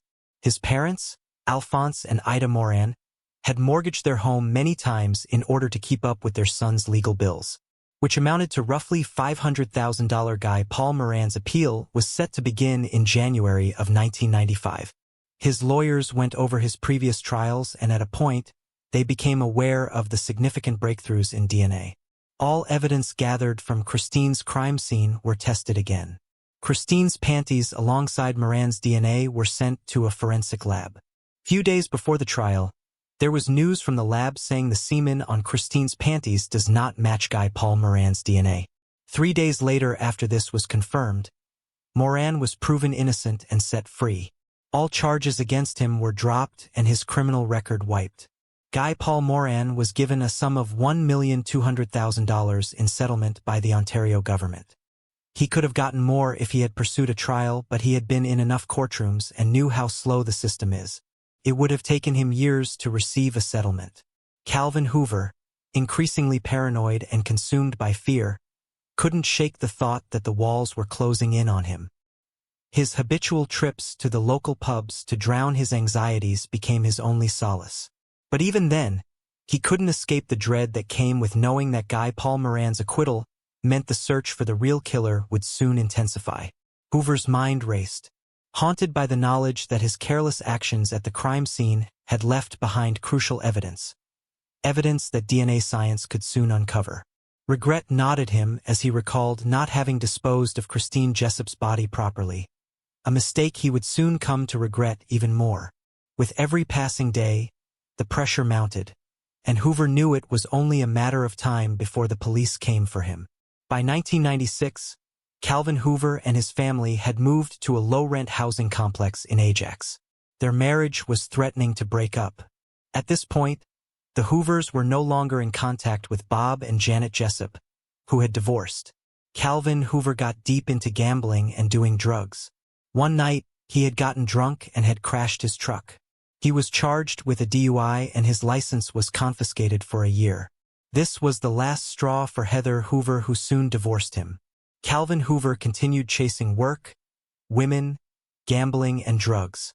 He had a strong relationship with his coworker from Burlington named Joan Rocca. They both shared a likeness for gambling and had strong connection. In 2003, they got married in Las Vegas. However, his happiness was short-lived as Joan died of natural causes in 2009, not having the opportunity to know what kind of monster her husband was. Calvin Hoover was haunted by so many demons. He had sleepless nights, torture thoughts, depressive episodes, and panic attacks. It was too much that he attempted to end it all in 2014. He tried committing suicide by motor vehicle, but he survived it. Steve Smith, a Toronto police detective, was a 13-year-old kid in 1984 when Christine Jessup was murdered. Smith, who grew up in Hamilton playing all sort of games with his best friends, could remember when Christine Jessup went missing, and after many years, he still couldn't get his mind off the case. In the year 1996, he joined the Toronto police and had since then helped solve some of the worst cases in the country. When Smith was transferred to the homicides department in 2019, he quickly showed interest in cold cases. In his words, he said, "These families have waited so long for answers." Since the Durham police had flawed the Christine Jessup's case, it was transferred to the Toronto police. Smith brought in more staff to assist with the case. They followed so many leads and struck out lists of 300 people through DNA. Nothing worked. However, in May 2019, Smith heard about a 2-week forensic genealogy seminar being held at the Ontario Police College. Smith did not know much about forensic genealogy, but he knew the process was successfully used a year earlier to solve a case.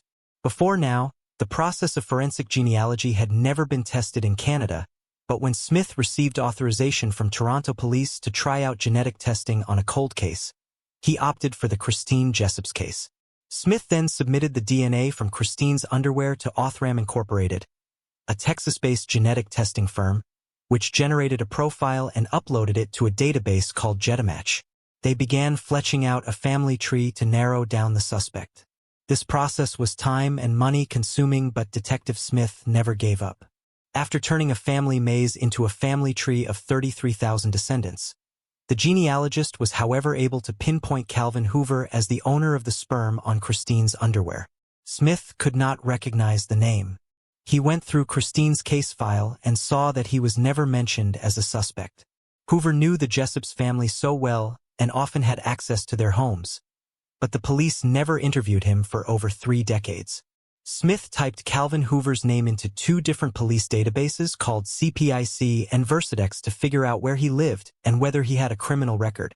However, Detective Steve Smith soon learned that Calvin Hoover had died in 2015.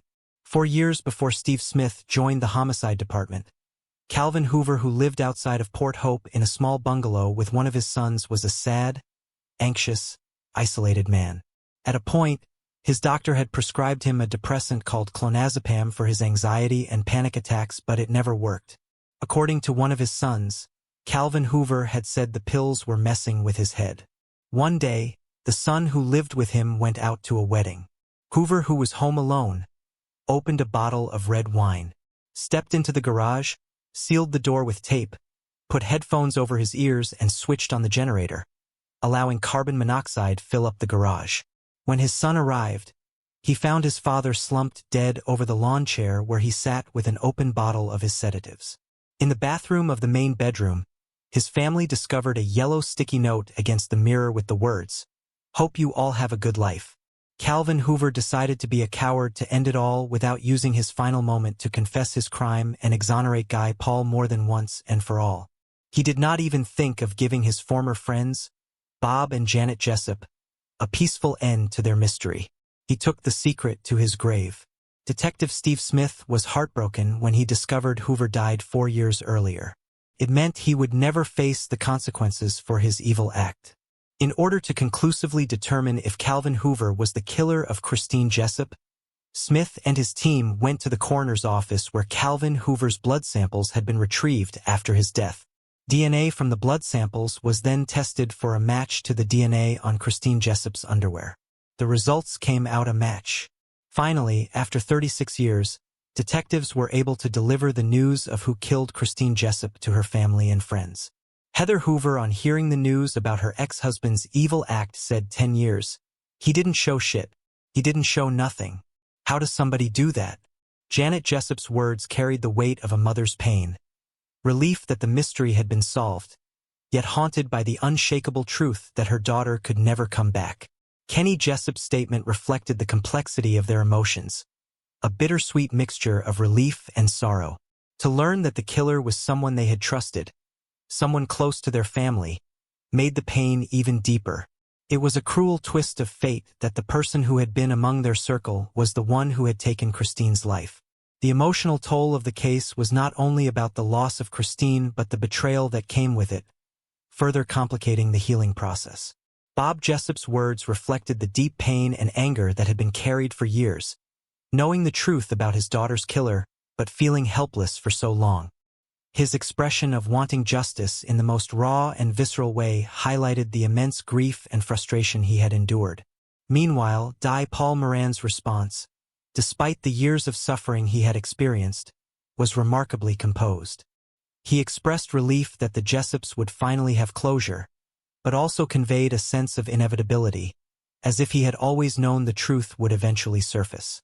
While the justice system had failed him, Moran's grace in the face of years of wrongful accusations stood in stark contrast to the man who had taken Christine's life. Moran's words echoed the profound relief he felt after the truth finally came to light. While the justice system had initially failed him, the breakthrough in forensic science proved his innocence, allowing him to reclaim his life. His community and loved ones shared in that relief, as they knew Guy Paul Moran had never been the monster he was painted to be.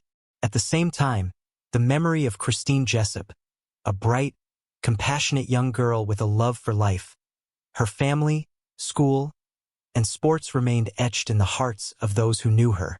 Though her life was tragically cut short, she would always be remembered for the joy and warmth she brought to those around her.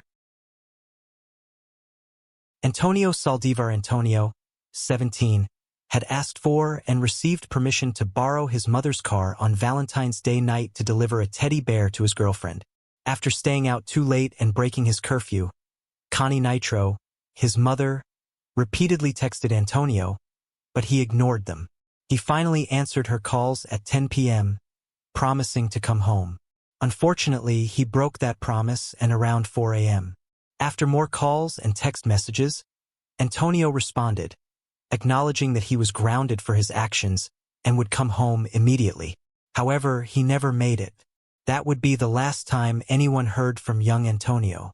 In the early hours of February 15th, Antonio's mother's car, a green Hyundai Sonata, was found wrecked against a concrete pillar on Harrisburg Road in Houston. Strangely enough, within the wreckage were Antonio's brown boat shoes, which had been removed and set on the passenger seat. But there was no sign of Antonio.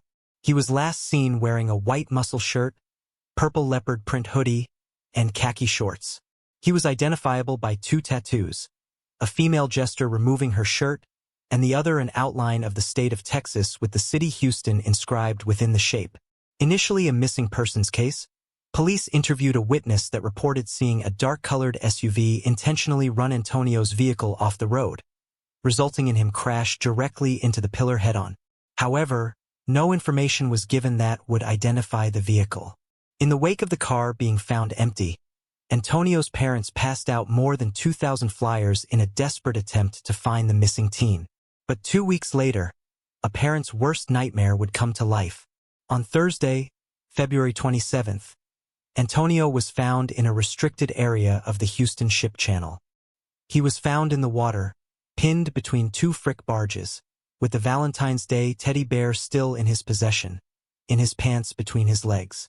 The removed shoes and the fact that the teddy bear was oddly stuffed down his shorts perplexed investigators, who had previously thought Antonio had visited his girlfriend to drop off a gift. But upon seeing the teddy bear still in his possession, the timeline was brought into question. A subsequent autopsy was performed and the primary cause of death was drowning. Speculations abound as to what exactly happened that fateful Valentine's Day evening. Where exactly had Antonio gone? And why was the teddy bear never delivered to his girlfriend? Also, what did the mysterious dark SUV have to do with the fact that Antonio walked away from the car crash? Why did he have possession of the teddy bear in the water? And why were his shoes still in the totaled car? Antonio's body was not found until nearly 2 weeks later, and police were unable to determine drug or alcohol levels. Some speculate that he may have sustained a concussion in the crash and stumbled into the nearby water, though how he ended up in the restricted area remains unclear. No information has ever been obtained about the dark SUV that allegedly ran Antonio off the road. His family believes this was a homicide and continues to urge the public for any information about that tragic night. Moving on to the next case. Barbara Jane Mackle. Barbara Jane Mackle was a 20-year-old student at Emory University in Atlanta, Georgia.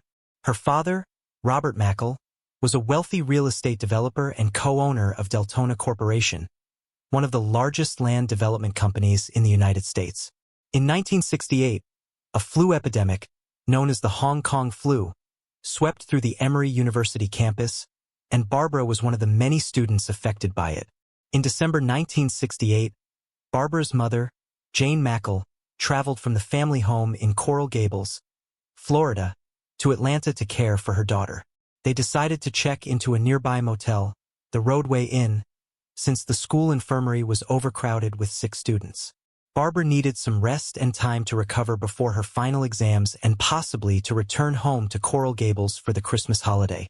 On December 16th, Barbara's boyfriend, Stuart Hunt Woodward, visited her at the motel, leaving a few hours later in the evening. The next day, on December 17th, around 4 a.m., a man, claiming to be a police officer, knocked on the door of their motel room. He informed Jane Mackle that there had been a traffic accident involving a white Ford. Believing that Stuart, Barbara's boyfriend, may have been involved in the accident, Jane opened the door.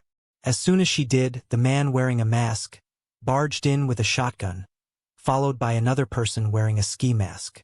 They knocked out Jane with chloroform and bound and gagged her.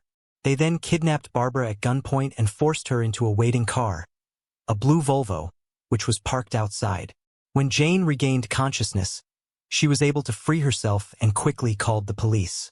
Robert Mackle, Barbara's father, was friends with then-President Richard Nixon, and after hearing about the kidnapping, the president himself asked the FBI director to handle the case personally. Within a few hours, the kidnappers sent a ransom note to Barbara's family asking for $500,000 in $20 bills.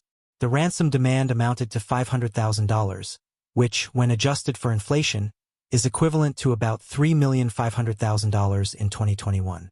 The note claimed that Barbara was buried alive in a well-ventilated box with enough food and supplies to survive for up to 7 days.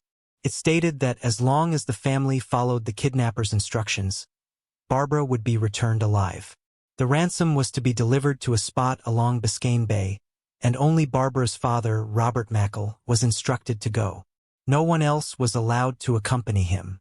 The kidnapper had asked the family to place an ad in the Miami Herald after they agreed to the demands. Robert was determined to get his daughter safely back home and immediately raised the money and placed the ad. He left the suitcase containing the money at the instructed location, just south of Miami along Biscayne Bay. At around 5 a.m., a local resident awoke to the sound of an outboard motor. When he looked outside, he saw a white Boston whaler being beached on a neighbor's lawn. The resident, concerned about the rise in robberies in the area, called police. As the local police were not notified of the ransom drop, 2 police officers responded to the call. Upon their arrival, they came upon 2 individuals, one carrying a duffel bag and the other carrying a suitcase and a carbine. Upon seeing the police officers, the individuals dropped everything and ran. The suitcase contained the ransom money while the duffel bag had scuba diving gear in it. Nearby, the police also found the Boston whaler and a blue Volvo, which contained documents showing the car's registration to George Deacon and photos belonging to the 2 kidnappers. The car also contained a photo of Barbara Mackle, holding a sign which said kidnapped. After the botched ransom pickup, Robert Mackle, fearing the kidnappers would be scared off, placed an ad in the newspaper telling them they had nothing to do with the mix-up. The kidnappers called him again and provided a new drop location. This time the ransom pickup was successful. Meanwhile, police chased down George Deacon to the University of Miami across the bay. The Boston whaler had been found to be stolen from the university a day earlier. Deacon's boss gave the police a name, Ruth Esmanshire, who also worked at the university and had spent time with Deacon. Even though the police were not able to find the couple, they were convinced that these were the kidnappers responsible for Barbara's kidnapping. Soon the police discovered that George Deacon was actually an alias for Gary Stephen Christ, a 23-year-old escaped convict from California. Gary Stephen Christ had begun doing petty crimes at the young age of 14 when he was arrested for stealing a boat. A year later, he was again arrested for stealing a car and put into a juvenile facility in Utah for a year. In 1961, he was put into confinement, but would escape shortly after. He later would be recaptured and spent a year in jail. In 1963, at the age of 18, he was arrested and sent to a jail in California for 2 car thefts. He was released in December 1964. In 1966, Chris was married and had a son. He would again be arrested in 1966 for stealing 2 more cars, this time from a sales lot in San Mateo, California. He was convicted and faced 6 months to 5 years in prison. Chris's second son would be born while he was in prison. Only a few months later, he would escape from the prison and remained at large for the next 2 years. During this time, he changed his name to George Deacon and moved with his family to Boston. He looked through classified ads and found a job as a research assistant at MIT. He was able to learn quickly at the job and was transferred to the University of Miami shortly after. It is here that he met Ruth Esmanshire and both started having an affair. His wife found out about the affair and left him. She moved back to California with their 2 sons. Chris told Shire that he wanted to move to Europe with her, but for that to happen, he needed money. He devised a plan to kidnap a rich woman and planned to ask for $500,000 as ransom from her family, which they could then use to move to Europe. She agreed to the plan and both started looking for a target. Chris then began to spend a lot of time searching at the public library's social register for a potential victim. He wrote down about 100 possible wealthy women which he could kidnap and then narrowed it down to a list of 10. He eventually settled upon Barbara Mackle for his kidnapping. Chris researched everything about Barbara, from her family home in Coral Gables to her studying at Emory University, and even the motel that she was staying at in December of 1968. On December 20th, 1968, nearly 15 hours after receiving the ransom money, Gary called the FBI via a switchboard operator and told them that Barbara's burial site was in a wooded area about 20 miles northeast of Atlanta. More than 100 agents fanned out throughout the area searching the woods for Barbara. Soon they came across ventilation tubes protruding from the ground and started digging with their bare hands. 12 minutes later, Barbara was pulled out of the box. She was suffering from dehydration and had lost about a 10-pound but was otherwise in good condition. She had spent about 83 hours buried underground. Barbara was flown back to her home in her father's jet and was able to be reunited with her family. She was later able to explain her ordeal to the investigators. She recalled that after she was kidnapped from her motel, she was taken to the burial site where she was asked to get inside the fiberglass box at the bottom of the pre-dug hole. She was told that the box was equipped with 2 ventilation tubes with a ventilation fan, a pump should it rain, food and water which was dosed with sedatives, a blanket, a battery-operated light, and a sweater. She was then asked to lay down in the box and hold the sign that said kidnapped on it. She said, quote, "I just had to smile. I was thinking if Daddy saw it, I didn't want him to think that they had hurt me." She said the box was then screwed down and that she could hear dirt being shoveled over the box. She said, quote, "I screamed and screamed. The sound of the dirt got farther and farther away. Finally, I couldn't hear anything above. I screamed for a long time after that." Meanwhile, Chris and his partner in crime, Esmond Shire, had split up after the botched pickup before. After successfully picking up the money on his own, Chris traveled alone to Florida and purchased the sailboat using the money.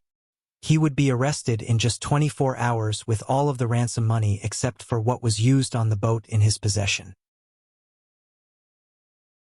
Caitlin Markham. The skeletal remains of 22-year-old Caitlin Markham were discovered 2 years after she went missing in a wooded area in rural Cedar Grove, Indiana, approximately 30 miles from her home in Fairfield.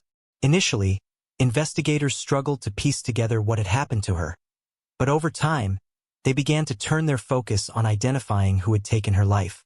Despite numerous leads and years of effort, the case went cold. However, after 12 years of relentless investigation, Caitlin's case was finally solved and her killer was arrested. Caitlin Helen Markham was born on August 16, 1990 in Hamilton County, Ohio. Known for her bubbly personality, Caitlin had the ability to light up any room. Her family described her as a warm and compassionate individual who always cared for others. In a documentary about Caitlin's death, her younger sister, Allie, shared that Caitlin always took care of her, highlighting the deep bond they shared. Caitlin's vibrant and carefree nature led family and friends to compare her to a butterfly. She had a deep love for the arts, and by the age of 22, she was finishing her undergraduate studies at the Art Institute of Cincinnati. Caitlin was also engaged and had plans to move to Colorado with her fiancé after their wedding. To save up for the move, she worked 2 jobs, reflecting her determination and focus on building a future. She worked at her campus bookstore and at David's Bridal. Sadly, her bright future would not come to stay as Horace struck 2 days to her 22nd birthday.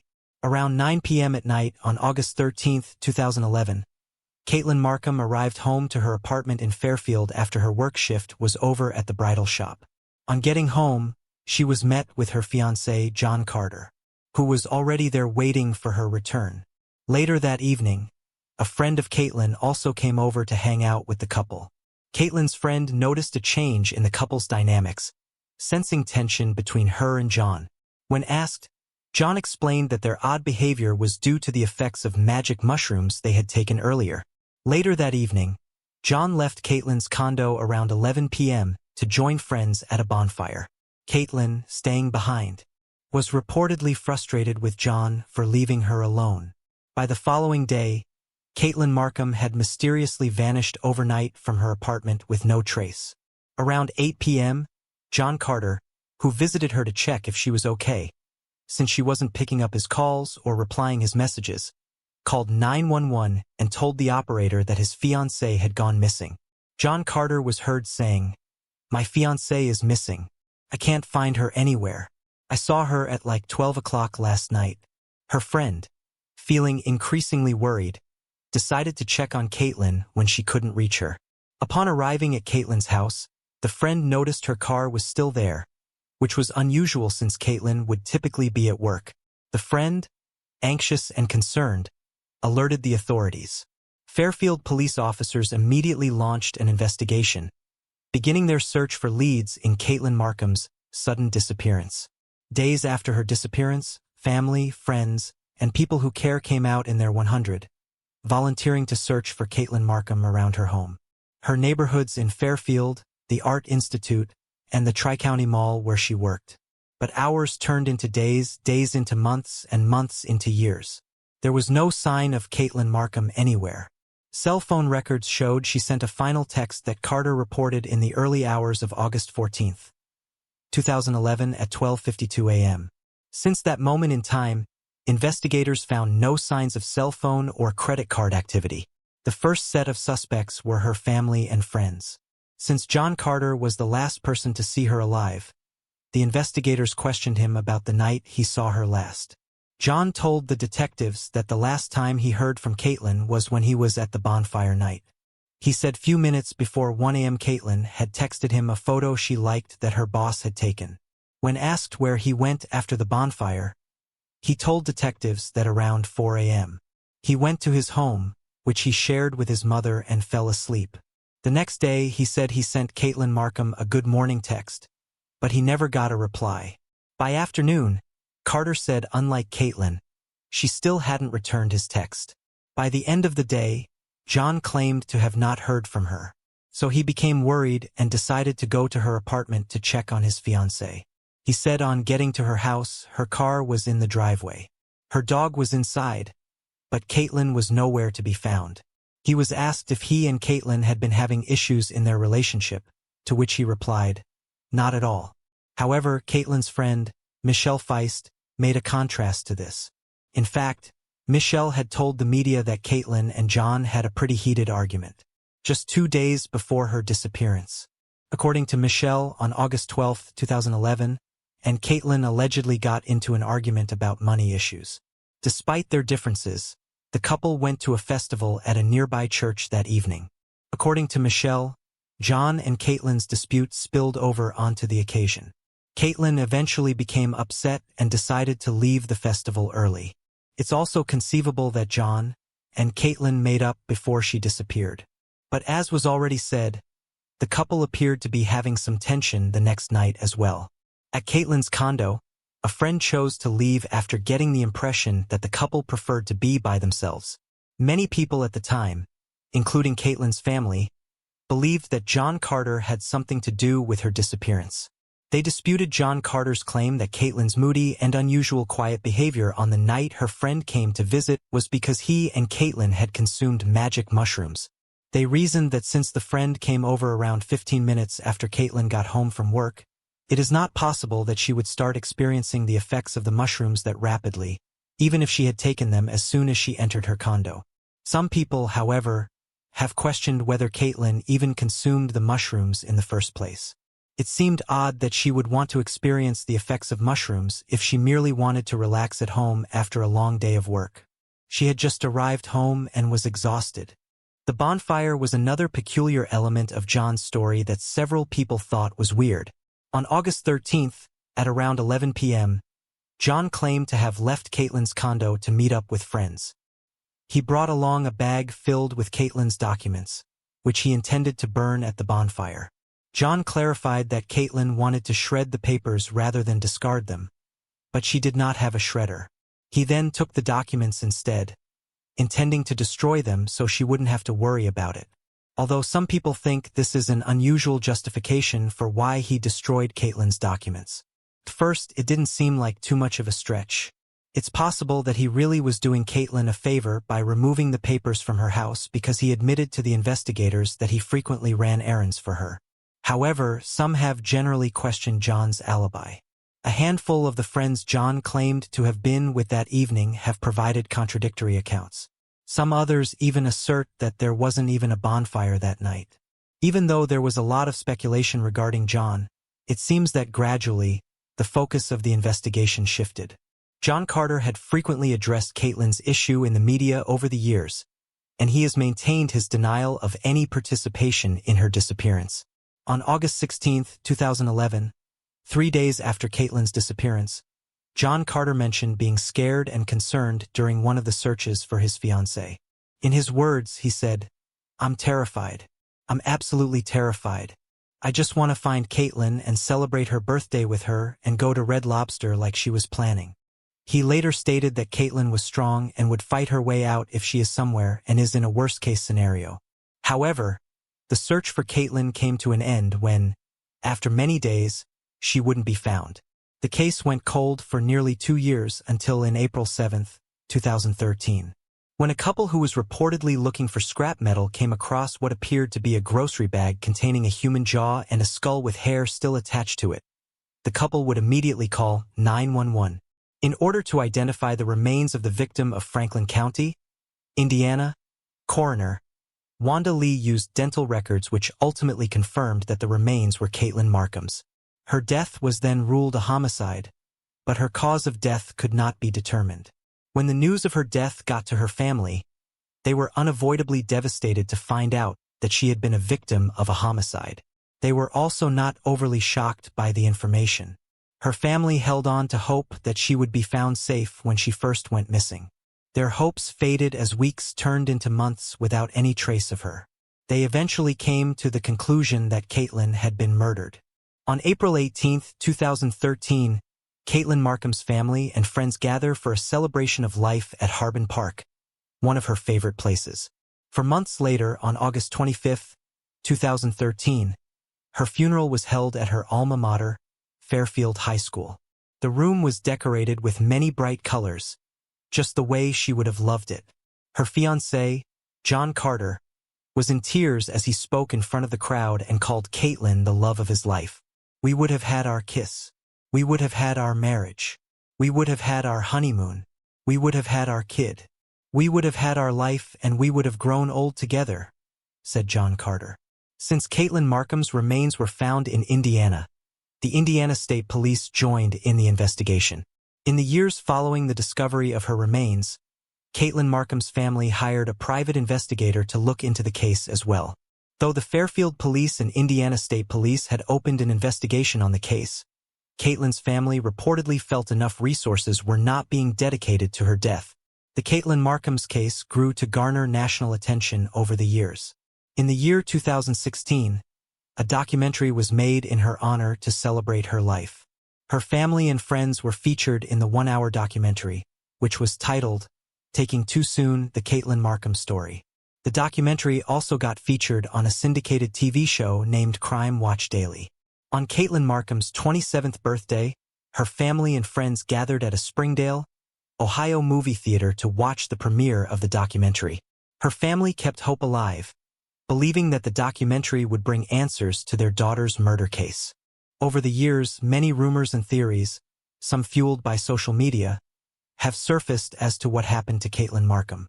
One theory stated that she died of a drug overdose and those with her panicked, taking her body to Indiana and dumping it on a rural road in Franklin County. Other theories point to family and friends being responsible for her death, including her fiancé, John Carter.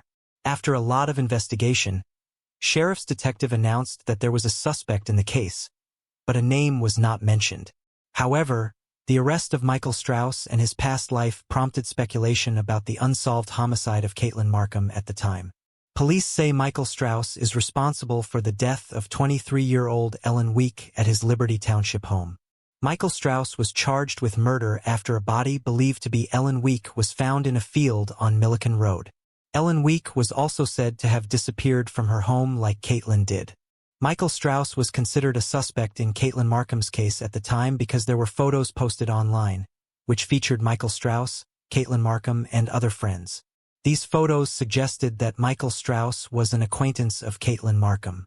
As the investigation progresses, Michael Strauss was never pinned as Caitlin Markham's killer, having exhausted all leads. The reward for information leading to the arrest and conviction of Caitlin Markham's killer grew to $100,000 over the years.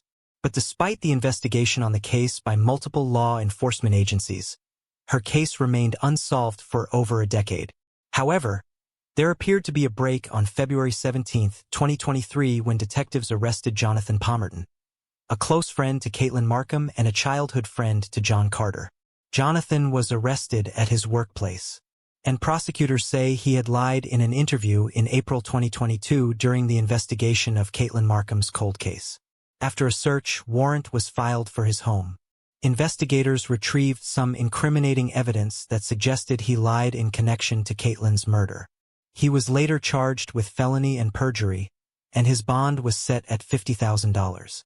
Markham's father said Palmerton's arrest makes him hopeful, but he remains guarded as the case progresses. A month after Jonathan Palmerton was arrested for perjury, John Carter, Caitlin Markham's fiancé, was apprehended at his workplace as a suspect to her death. Investigators revealed discovering incriminating evidence at his home in Fairfield during a search. These evidence suggested John Carter as the suspect they have been looking for. John Carter appeared in court and pleaded not guilty. However, Butler County Prosecutor Mike Moser revealed new details in court about the discovery of Caitlin's body. He said there were a set of 3 or 4 sharp force wounds to Caitlin's left wrist. According to forensic report, the place where Caitlin Markham's body was ultimately found is probably not where the body was first deposited. During the argument for a high bond G.M., Moser read writings that he said detectives found inside John Carter's mother's home during a recent search warrant. John Carter had lived in his mother's home at the time of Caitlin's death. One of the writings says, "Deep down, I love her. You want to kill her. But I love her. She must die. You can't kill her. Yes, you can. No. Yes. How do you talk me into all these things? I'm just that good. But you're bad. I know. How do I kill you? You can't. You're right. About what?" John Carter, who had been battling mental health issues like PTSD and depression, was described as behaving erratically, almost as if he were engaged in a battle with a demon. Court documents revealed these struggles. Despite being placed on a $1 million bond, he was able to post bail on April 4, 2023. At his court appearance, he stood wearing an ankle monitor following the terms of his release. John Carter was granted the opportunity to face the judge unshackled, with his trial scheduled for June 2024. Despite his arrest, he will remain free until the trial. Caitlin's father, Dave Markham, expressed that while the arrest wasn't a surprise to him, it was a relief, as he had suspected Carter all along. He believes that the arrest brings hope for justice for both him and his daughter Ally, as they continue to seek closure for Caitlin's tragic death. Moving on to the next case.